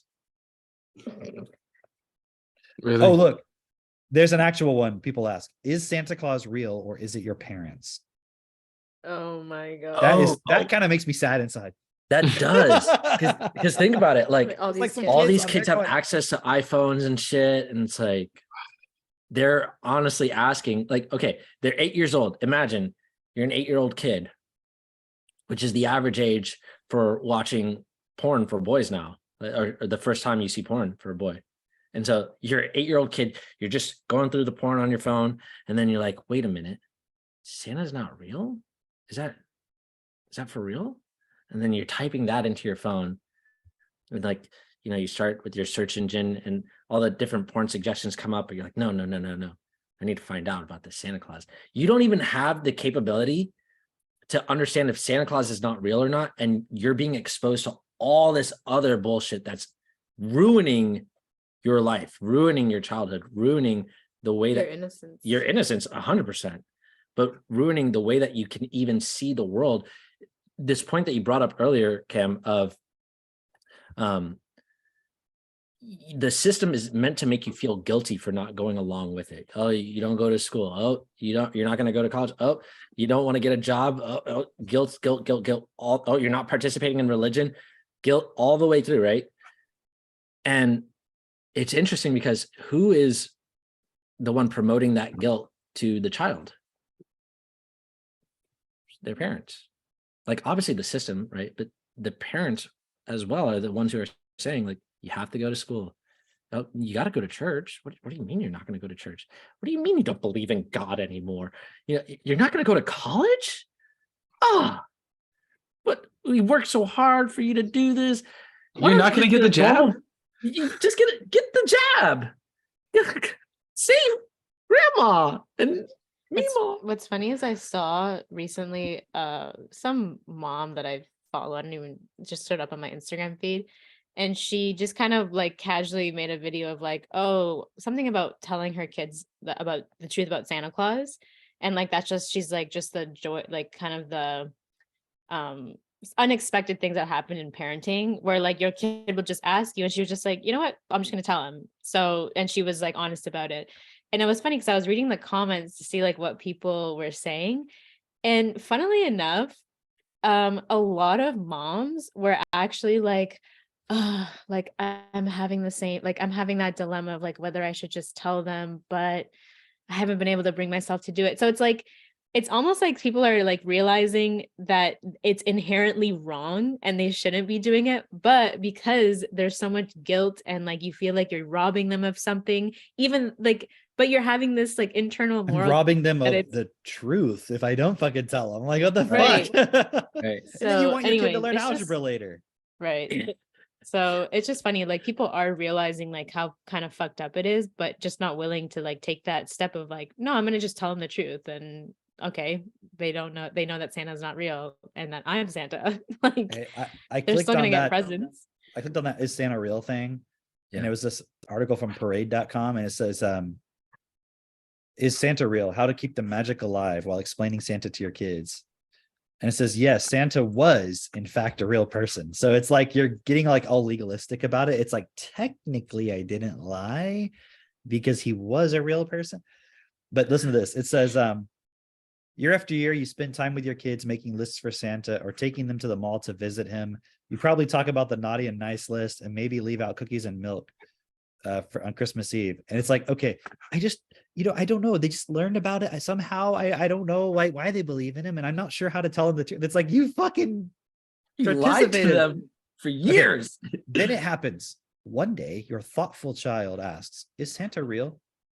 Now, first of all, why would they ask that question? Because they're starting to realize, well, they're starting to have the understanding, the vocabulary to go, wait a minute, this doesn't make sense. You may find yourself scrambling for the right answers. Okay. This is like written to the average person. Like it's like they know who they're talking to. You know what I mean? Yeah. So I take this at face value. Like that is what's going on inside the parent. They're scrambling for answers. If you are scrambling for answers when your child asks you, is Santa real? Is it any wonder why the system we live in is so fucking out of control and fucked? Right. If as a parent, you are scrambling for answers about whether Santa is real or not. Yeah. So that's the big challenge when we're looking at talking to parents of like, hey, actually educate your child properly. They have to scramble for answers if Santa is real. It says either that or you try distracting them from the question. At some point, though, you'll have to be out with it. So how do you explain Santa to your kids in a way that is both honest and yet keeps the spirit of St. Nicholas alive? Oh my God. When your kids really begin to doubt the magic of Santa Claus, honesty is always the best policy. It is now all of a sudden. You want them to you want them to trust what you say is real about everything. That's the key. So it needs to start with Santa. Once your child begins to have these thoughtful questions, you'll know they are ready for the truth. Like literally, can you imagine? This is like, let's just switch the context. It's like a government document at Davos about COVID and shit. They're like, okay, when the peasants start to ask questions about COVID and about Agenda 20, whatever, you're like, we need them to still have trust in everything we say. So here's how you tell them the truth while keeping the spirit of our enslavement alive. Yes. Yeah, exactly. That's exactly what it is. Because okay. All right. First off, what you just said about the now all of a sudden you want to tell the truth. It's like, okay, so you've been lying to them this whole time. Now honesty is the best policy when they start questioning. Well, that's what it says. Once your child begins to have these thoughtful questions, you'll know they are ready for the truth. Right. Then you're doing it because you want to continue for them to trust you, so that later on when you tell them some other bullshit that's also not true, then you can go, okay, you believe me, right? Because remember I told you about Santa Claus. I told you that was fake, right? Like, come on. I wouldn't lie to you. It's like you already started committing the act of lying. Like, stop doing it. You're doing it just to manipulate your child. That's the obviousness of this. Yeah. Right? Why else? Right. Just to get some feelings. Yeah. Yeah. Here, hold on. Before you go, check this out. You're gonna love this one. Many parents also want their children to know the real reason for the season by teaching them about Jesus. I love this next statement. To avoid confusion about what is real and what's not, it's important to be very honest when your child has questions. Why did they put that part about Jesus and then immediately follow it up with that? Wait a minute. See, but who's the parent that taught you about Jesus? Did they know? Imagine as a parent going, okay, my child was at a point where they couldn't really understand reality and fantasy and so forth. And then they believed in Santa and then they started questioning and now they know the truth because someone who knew told them. But then they still believe in Jesus. They still believe in God. So who's going to tell them the truth? Like they're just looking for somebody to tell them the truth. They're looking for us. I mean, what else can you say? It's like they don't obviously know because they were that child at some point that believed in. How do you know if you could believe in Santa? I mean, think about it. In the physical world, you can see the evidence that Santa's not real because you're placing him in the physical world. So it's like, well, how does he get to every child's house? We went to the North Pole. There's no house there. You don't see the guy. You know, it's like obvious, right? But with Jesus and and God and so forth, the parents just like, well, I mean, it's somewhere else, and I feel like that it's real. I just feel it in my heart. How is he in your heart and in my heart and in Mitchell's heart and Owen's heart and Chantelle and in Hitler's heart? But the point that I was going to bring up is just, okay, you can lie to your child every step of the way and influence them with all these different things that the system says you have to feel guilty if you don't do these things.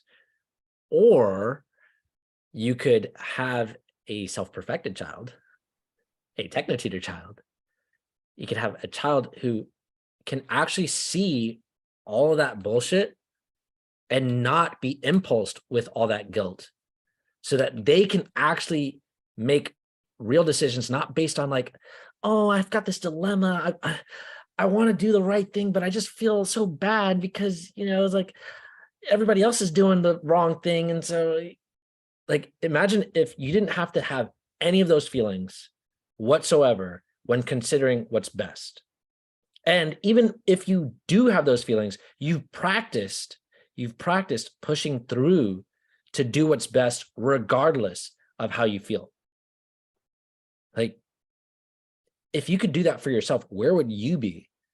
And then if you're already an adult, then it's maybe, well, I don't like to say it's too late, but practically speaking, you're an adult. And so you're not going to live this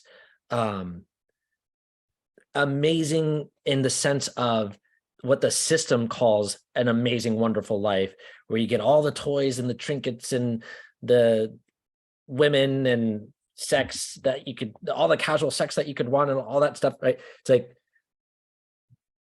What is casual sex? it's just like you put it in, but then you don't move. You're just like, You just like, you just shrug hey, your what's up? shoulders.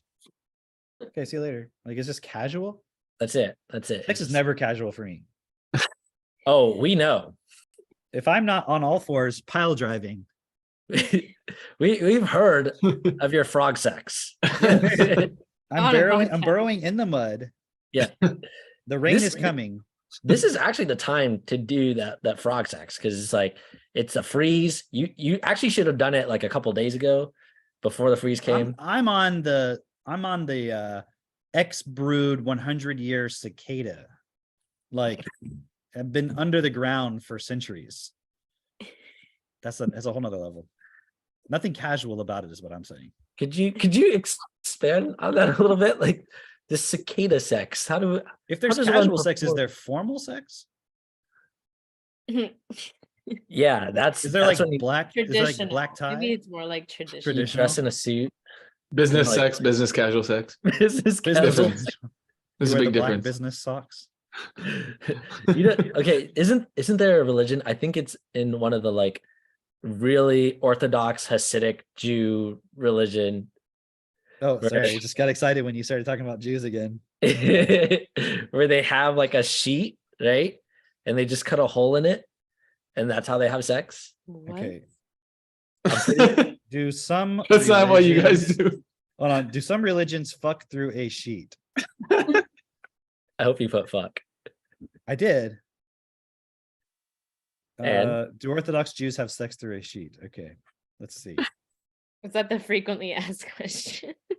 My Jewish learning. I wonder what Cameron's gonna get for his It's ads. completely false. On Damn it. Facebook. It's false. It might, Damn. it's like not only that, it might pretty be but having sex in that manner might itself be a violation of Jewish law. Oh, What? So it says in the Ketubot 48a, there must be a closeness of flesh during sex. Some understand this ruling as barring the wearing of any clothing at all during intercourse, including lingerie and the like. including a yarmulke. Good question. Do they have like a little tiny yarmulke for their balls? Damn, I thought this was real. So Yeah, apparently it's not real. I know, I did too, honestly. I got got by Curb Your Enthusiasm. is that where the story is I purported? saw it on there. I heard about it when I was a kid. So somebody's been shooting this myth around for a while. But now I know better. Yeah, unfortunately. Sorry. Sorry to all the Jews out there who don't get to have sex through sheets. Sorry, your life. There's a lot of myths around being Jewish. Wait, you guys aren't having sex through sheets? I didn't say I wasn't. I was Yeah, saying I didn't I'm say I sorry for wasn't all either. the Jews who don't get to. Yeah, Owen? it's just for the Jews. I mean, like we need on to have the a talk? sheet. Do you fold your sheets before you? Never mind. I just We'll ask after the masturbate podcast. with a hole in a sheet. Because then I can't see my body and I pretend like it's someone else's penis. It's like a strange. See, everyone tries to act like it's someone else's hand. I pretend like it's someone else's penis. That's right. I wanna be That's just- I'm what ex- it is. I'm so I give as I excited. want to receive, you see. I'm very excited for the day where someone comes in and just clips up all of these clips and makes it into one Hey, look. giant montage of the most ridiculous I know parts. somebody's like, how I need to get rid of all the negative stuff, all the false negative stuff about self-perfected and techno tutor and all that. It's like, And every week we're creating more of it. We're just deal actually with the ones negative- behind the all like negative the true cult stuff, articles. okay? But, Like the whole time Cameron actually wrote the whole like Wired article.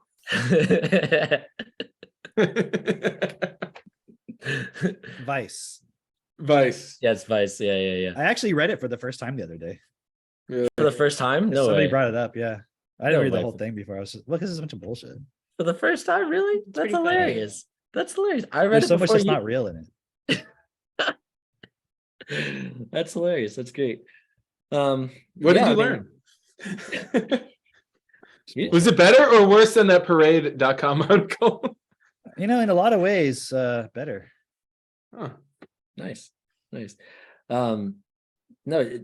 it's cool. I'm really looking forward to that day when somebody clips up all our videos, because it's gonna It'll happen. save us a lot of work. It is, right? It's gonna help us with like all these people coming in and everything. It's gonna be good times. If someone could just clip my Kanye West impression, I mean, that would be classic. Yeah. That would be great. I'd love that. If I'm pretending to be him, does that mean I agree with him? Probably that has to mean. Yeah, Cameron. Otherwise you'd be spreading hate. Yeah, obviously, like mimicry is the best form of flattery. I've asked this before. Oh, and I'll ask you since you're new. I always ask every guest this. If you say you love Hitler, is that hate speech? If I say I love Hitler, no, I don't think so. There we go. That's Yeah. getting clipped. Just the part that says "I love Hitler." Yeah, then I would say that's not hate speech. Yeah. Oh, dude. Okay. So That's since good. we're on the topic, it was really interesting. You sent that that Michael Jackson was a anti-Semite, right? Or he was accused of being anti-Semitic. I just thought that was so interesting because when I watched that, then it opened my eyes to all the shit that was going on with Michael Jackson as far as him being called a pedophile and all that stuff. Because I wasn't sure. Honestly, I wasn't sure. Like, I really like Michael Jackson. I was like, yeah, I don't want for him. Yeah, but to then have he had pedophilia. Neverland Ranch for kids. Like, is that real? Okay, Yeah. so did you But watch see, I the- already walked through this No, rabbit I hole. didn't watch it. dude? Tell- It's so fucking good because Okay, I'll watch it. all right, I'll give you the Wait, highlights. watch what? The video that you sent. Oh, the video. Yeah. He's gonna watch I wasn't sure Thriller. which one you were talking about. Yeah. No, he's gonna watch Thriller. That's what he was talking about. I'll give context for Owen and Chantelle and everyone else who's watching right now. It's like basically Michael Jackson was set up, which I know that sounds like, oh, you're just a big fan, and I am, but Michael No, Jackson. hold on. But I wasn't a big fan of Michael Jackson when I learned about all this. And then it actually made me more of a fan of like, dude, actually, he's a pretty cool dude. Like it made me appreciate like, because it's one of those things where it's like you hear it on the radio all the time and you're just like, it's like I didn't like the Beatles for the same reason, although I still don't because they suck. But I'm saying like you hear it all the time. So you're just like, I second that.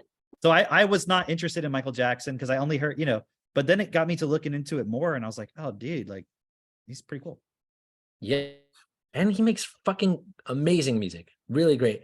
Like, okay, first off, Also, you got heavily impulsed as a child. When Drake was 4 years old, he used to literally rewatch the same VCR tape of Michael Jackson. VHS, yeah, VCR, yeah, okay. Yeah, VHS. Which one?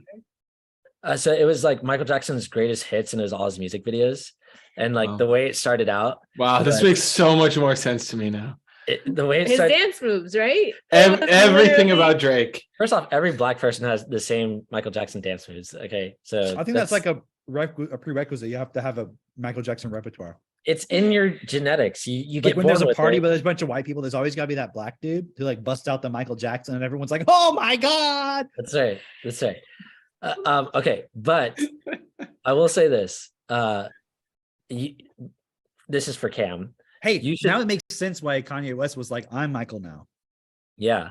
That's No, what he's it- talking about. Not Yeah. But he's been saying it in his music for the longest time. He's like the closest thing to Mike since the closest thing to Mike since Janet. That's what he said, right? Dude.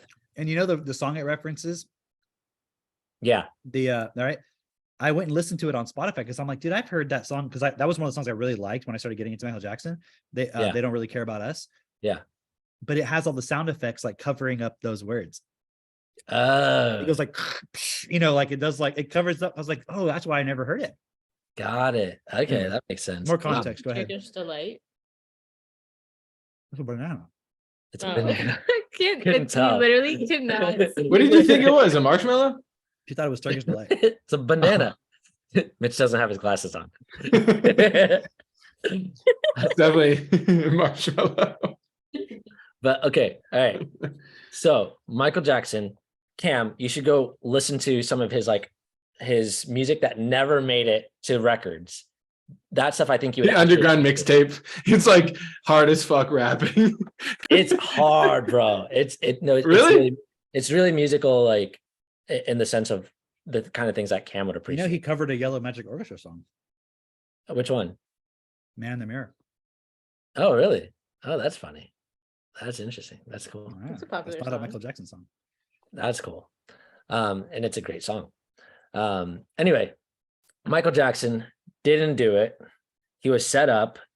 It's on recording. The guys who set him up Oh no, sorry, Talk- Behind the Mask. Behind the Mask. My apologies. behind the Not Man in mask. Mirror. Behind the Mask. Oh, okay. Also a good one, but yeah, No, I knew about Behind the Mask. that's what I meant. That one's okay. That one's okay. Yeah, Man in the Mirror is like a whole other thing, but yeah. Yeah. Okay, so he was set up. It's on recording. The guys who were setting him up talking about how they were going to set him up, and then they basically just executed on what they said they were going to do. They hired the lawyers that they needed to hire, and they And were like the talking about- dude who made the accusations, it's like his wife was friends with Michael Jackson, and she had like remarried, so he was like trying to get back at her, and like he even said on record he didn't care what happened to his kid. It was just about getting back at Michael Jackson and all this, and like not him but the other people, and then the point is he settled. Right? Yes. I don't know why. Well, I pushed so deep.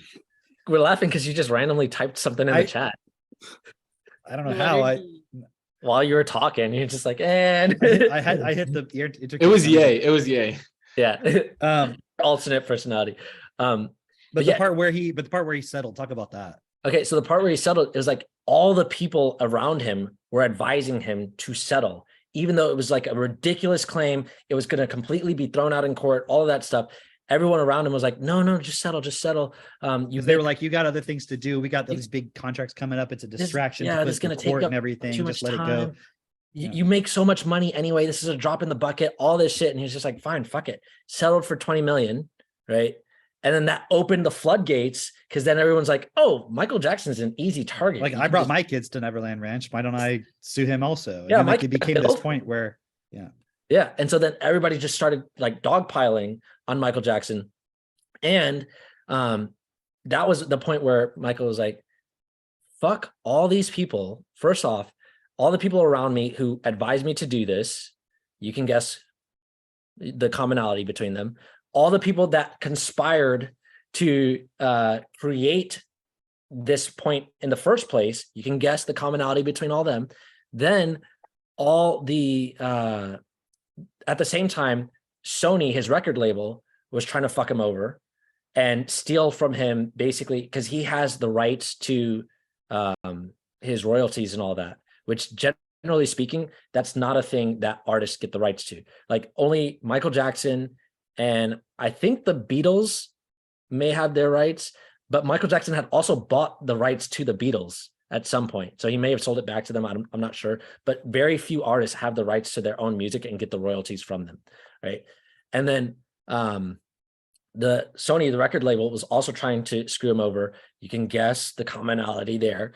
And Jays, Japanese. yeah. Okay. There you go. Let people use their brains. And then they also hired this guy to hang out with Michael because he was starting to say some of this stuff out loud. And they had him on like a private recording where he was talking about how he was not pleased with his lawyer, not pleased with all these different people because of this commonality. And they were basically blackmailing him, saying, listen, dude, you're talking some shit you're not supposed to say. And They we're gonna Papa give you John'd him. yeah, they Papa John'd him. They said, like, we're gonna give you bad publicity and take this all away from you all at once. That's what they were trying to do. And they were making his life basically way more difficult than it had to be. And so he also made this song where he's like, all I'm trying to say is that they don't really care about us, right? And it was interesting because if you listen to that song today, it just sounds like, man, they're oppressing the Black people. It's like, it seems like it's more about the media. Yeah. When I heard it, that's what I thought he was referring to. It's just it could be about the media. It could be about like the system or the government doesn't really care about you. Like the police. The way I perceived it was like, yeah, they don't care about Black people. That's right. Yeah. But the reality is he was talking about all these people, the commonality between them that had conspired to make his life a living hell, other than his dad. His dad also has a J in his name, but different kind of J. His dad also made his life a living hell when he was a child. Side note. But he was talking about specifically these people, and the lyrics that he had in this song were like, kick me, kike me, Jew me, something like that. All that got deleted from the song or covered up, edited out, because they were like, hey, bro, you cannot do that. You can't make this song. So they told him he had to edit all that stuff out. Initially, they would not allow him to make the music video in the US because all the companies that he would generally use to make music videos were like, no way, dude, we're not touching this. No way, not at all. They got we're blacking out Michael Jackson go ahead from all their other friends. And so he had to make the music video in Brazil, and he used Spike Lee to make the music video.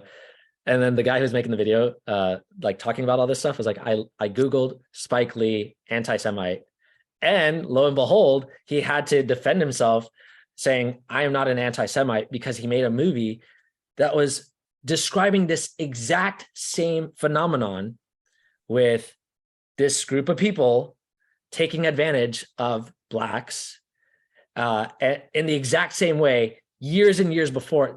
And he used Denzel Washington when Denzel Washington was like a fucking teen. Isn't it crazy how, remember like 2020, Black Lives Matter, all that stuff? It was like anything anybody wanted to talk about was how white people were so bad to Black people. Can you hear me? Yeah. Okay. Yeah. Sorry. That was like all anyone wanted to talk about. Yeah. But now we're in 2022, and if you talk about Jews were bad to Blacks, you're like, whoa, Hitler, and it's like, if talking about a group of people is going to create fucking Holocaust, then why was that allowed about white people? Right. And it's like, I was listening to this Owen Benjamin thing I was talking about earlier, and he was making this point about like, when you focus on it's the Jews, it's the this, it's the that, it's like, it's not the this and the that. It's that guy Shiva had this thing about, it's like a swarm intellect, right? And he's close. But what it really is it's a system. It's a system of self-interest, and it's the mind. You ever study like spirituality and stuff, or even people who study like Your Wish Is Your Command, which is just synthesizing all that stuff.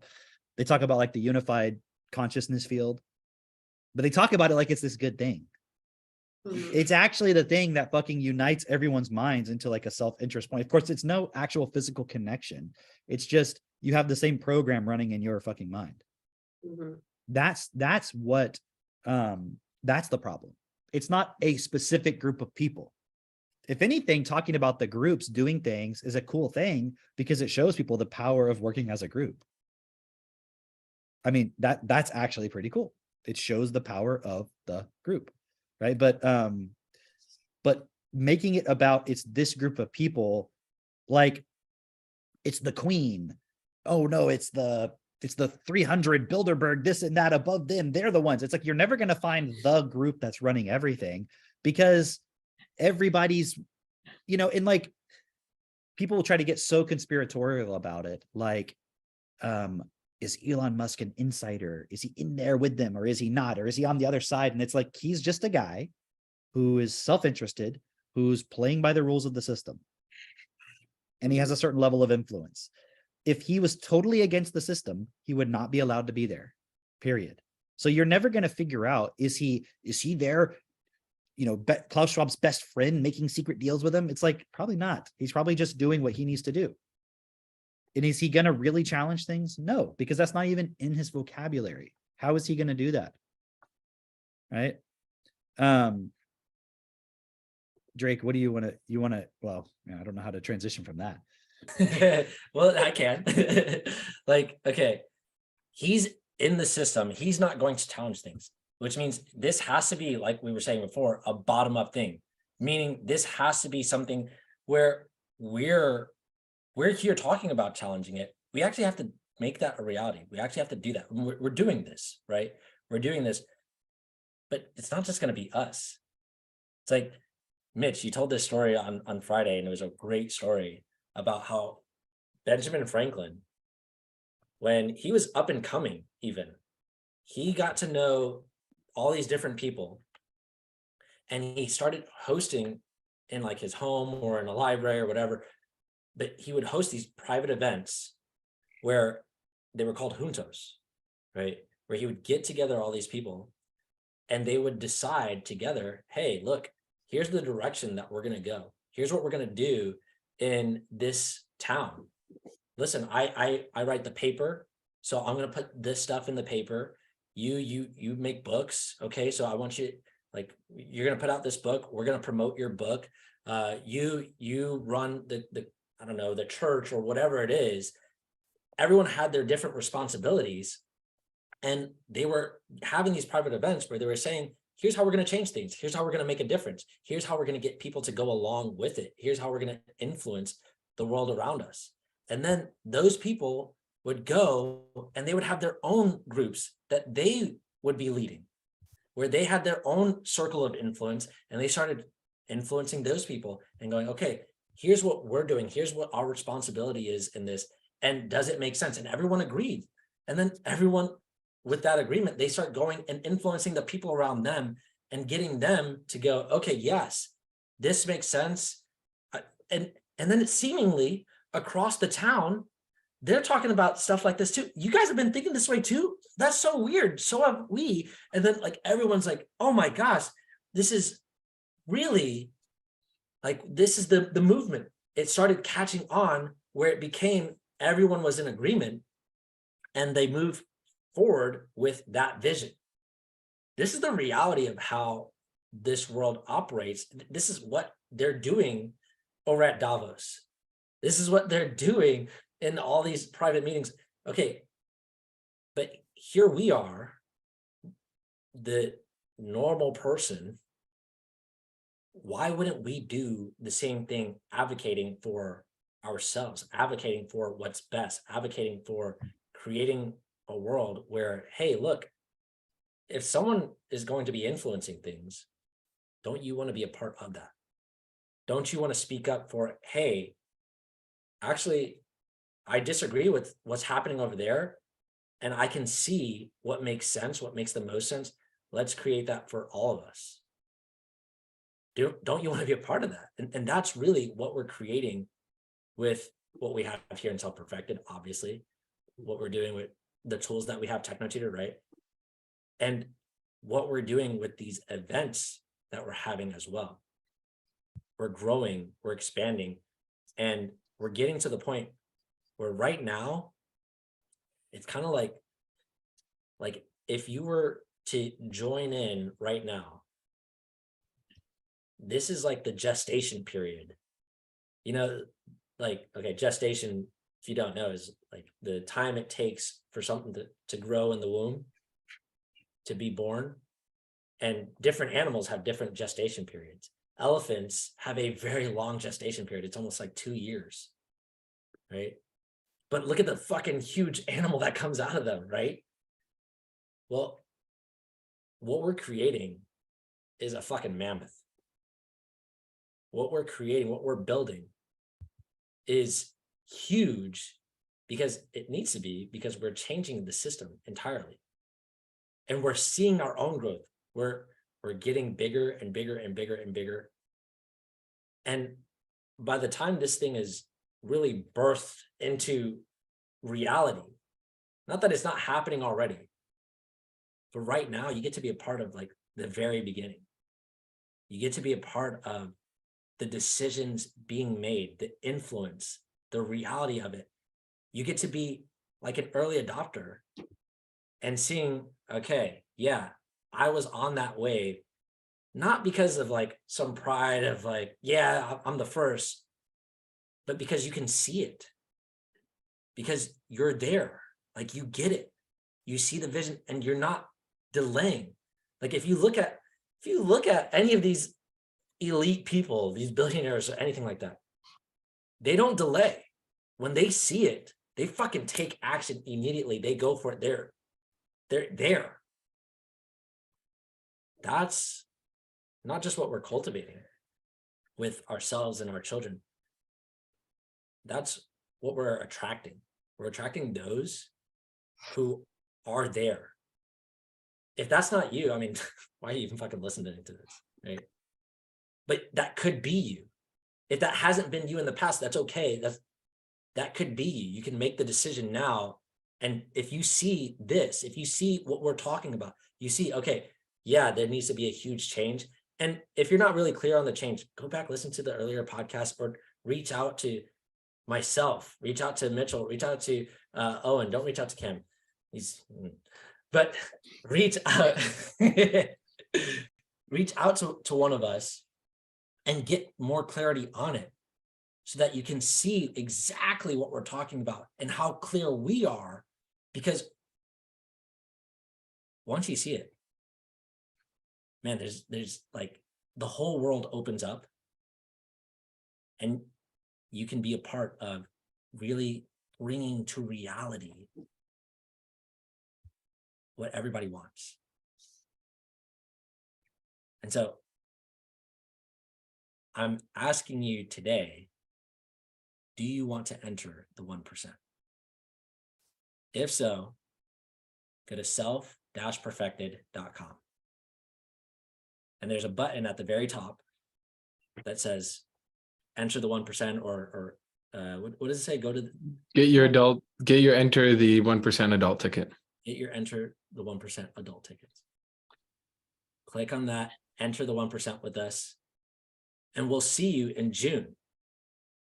And you'll really see firsthand what we're creating. It's not bullshit. We're always talking about and showing on video, we're showing the kids how genius they are, the relationships that have come from this, the fun that we're having. We're always showing that on video and talking about it and everything.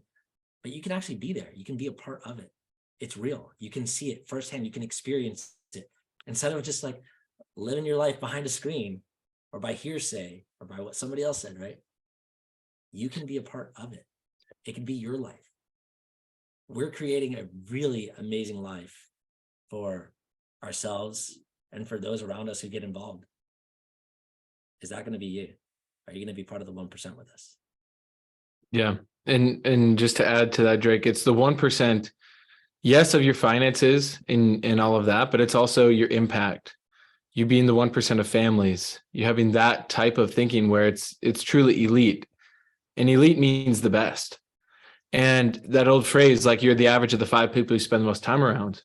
Well, you think you're going to make some new friends at the event? You absolutely will. And for all the single people out there, you've heard the success stories of the relationships. Like imagine, where's your ideal wife or where's your ideal husband? They're going to be there if you resonate with this. And so get your ticket before it's sold out and come be part of history in the making, because it's going to be truly legendary what happens. You know what's funny is like that point about the relationships, the single people, right? Have you ever, I know Christine, you talked about this, right? Where it's like the man or the woman is working on themselves, they're developing themselves, and then they're looking for somebody who gets it too. And it's like their partner doesn't get it, and so they got to find somebody else, and it's like no one really gets it. If you're listening to this and you're like, man, I am working on myself. I want to find somebody else who's also working on themselves and taking it to the real level. You'll find them here. You'll find them here. You're not going to find them anywhere else. You will find them here for real.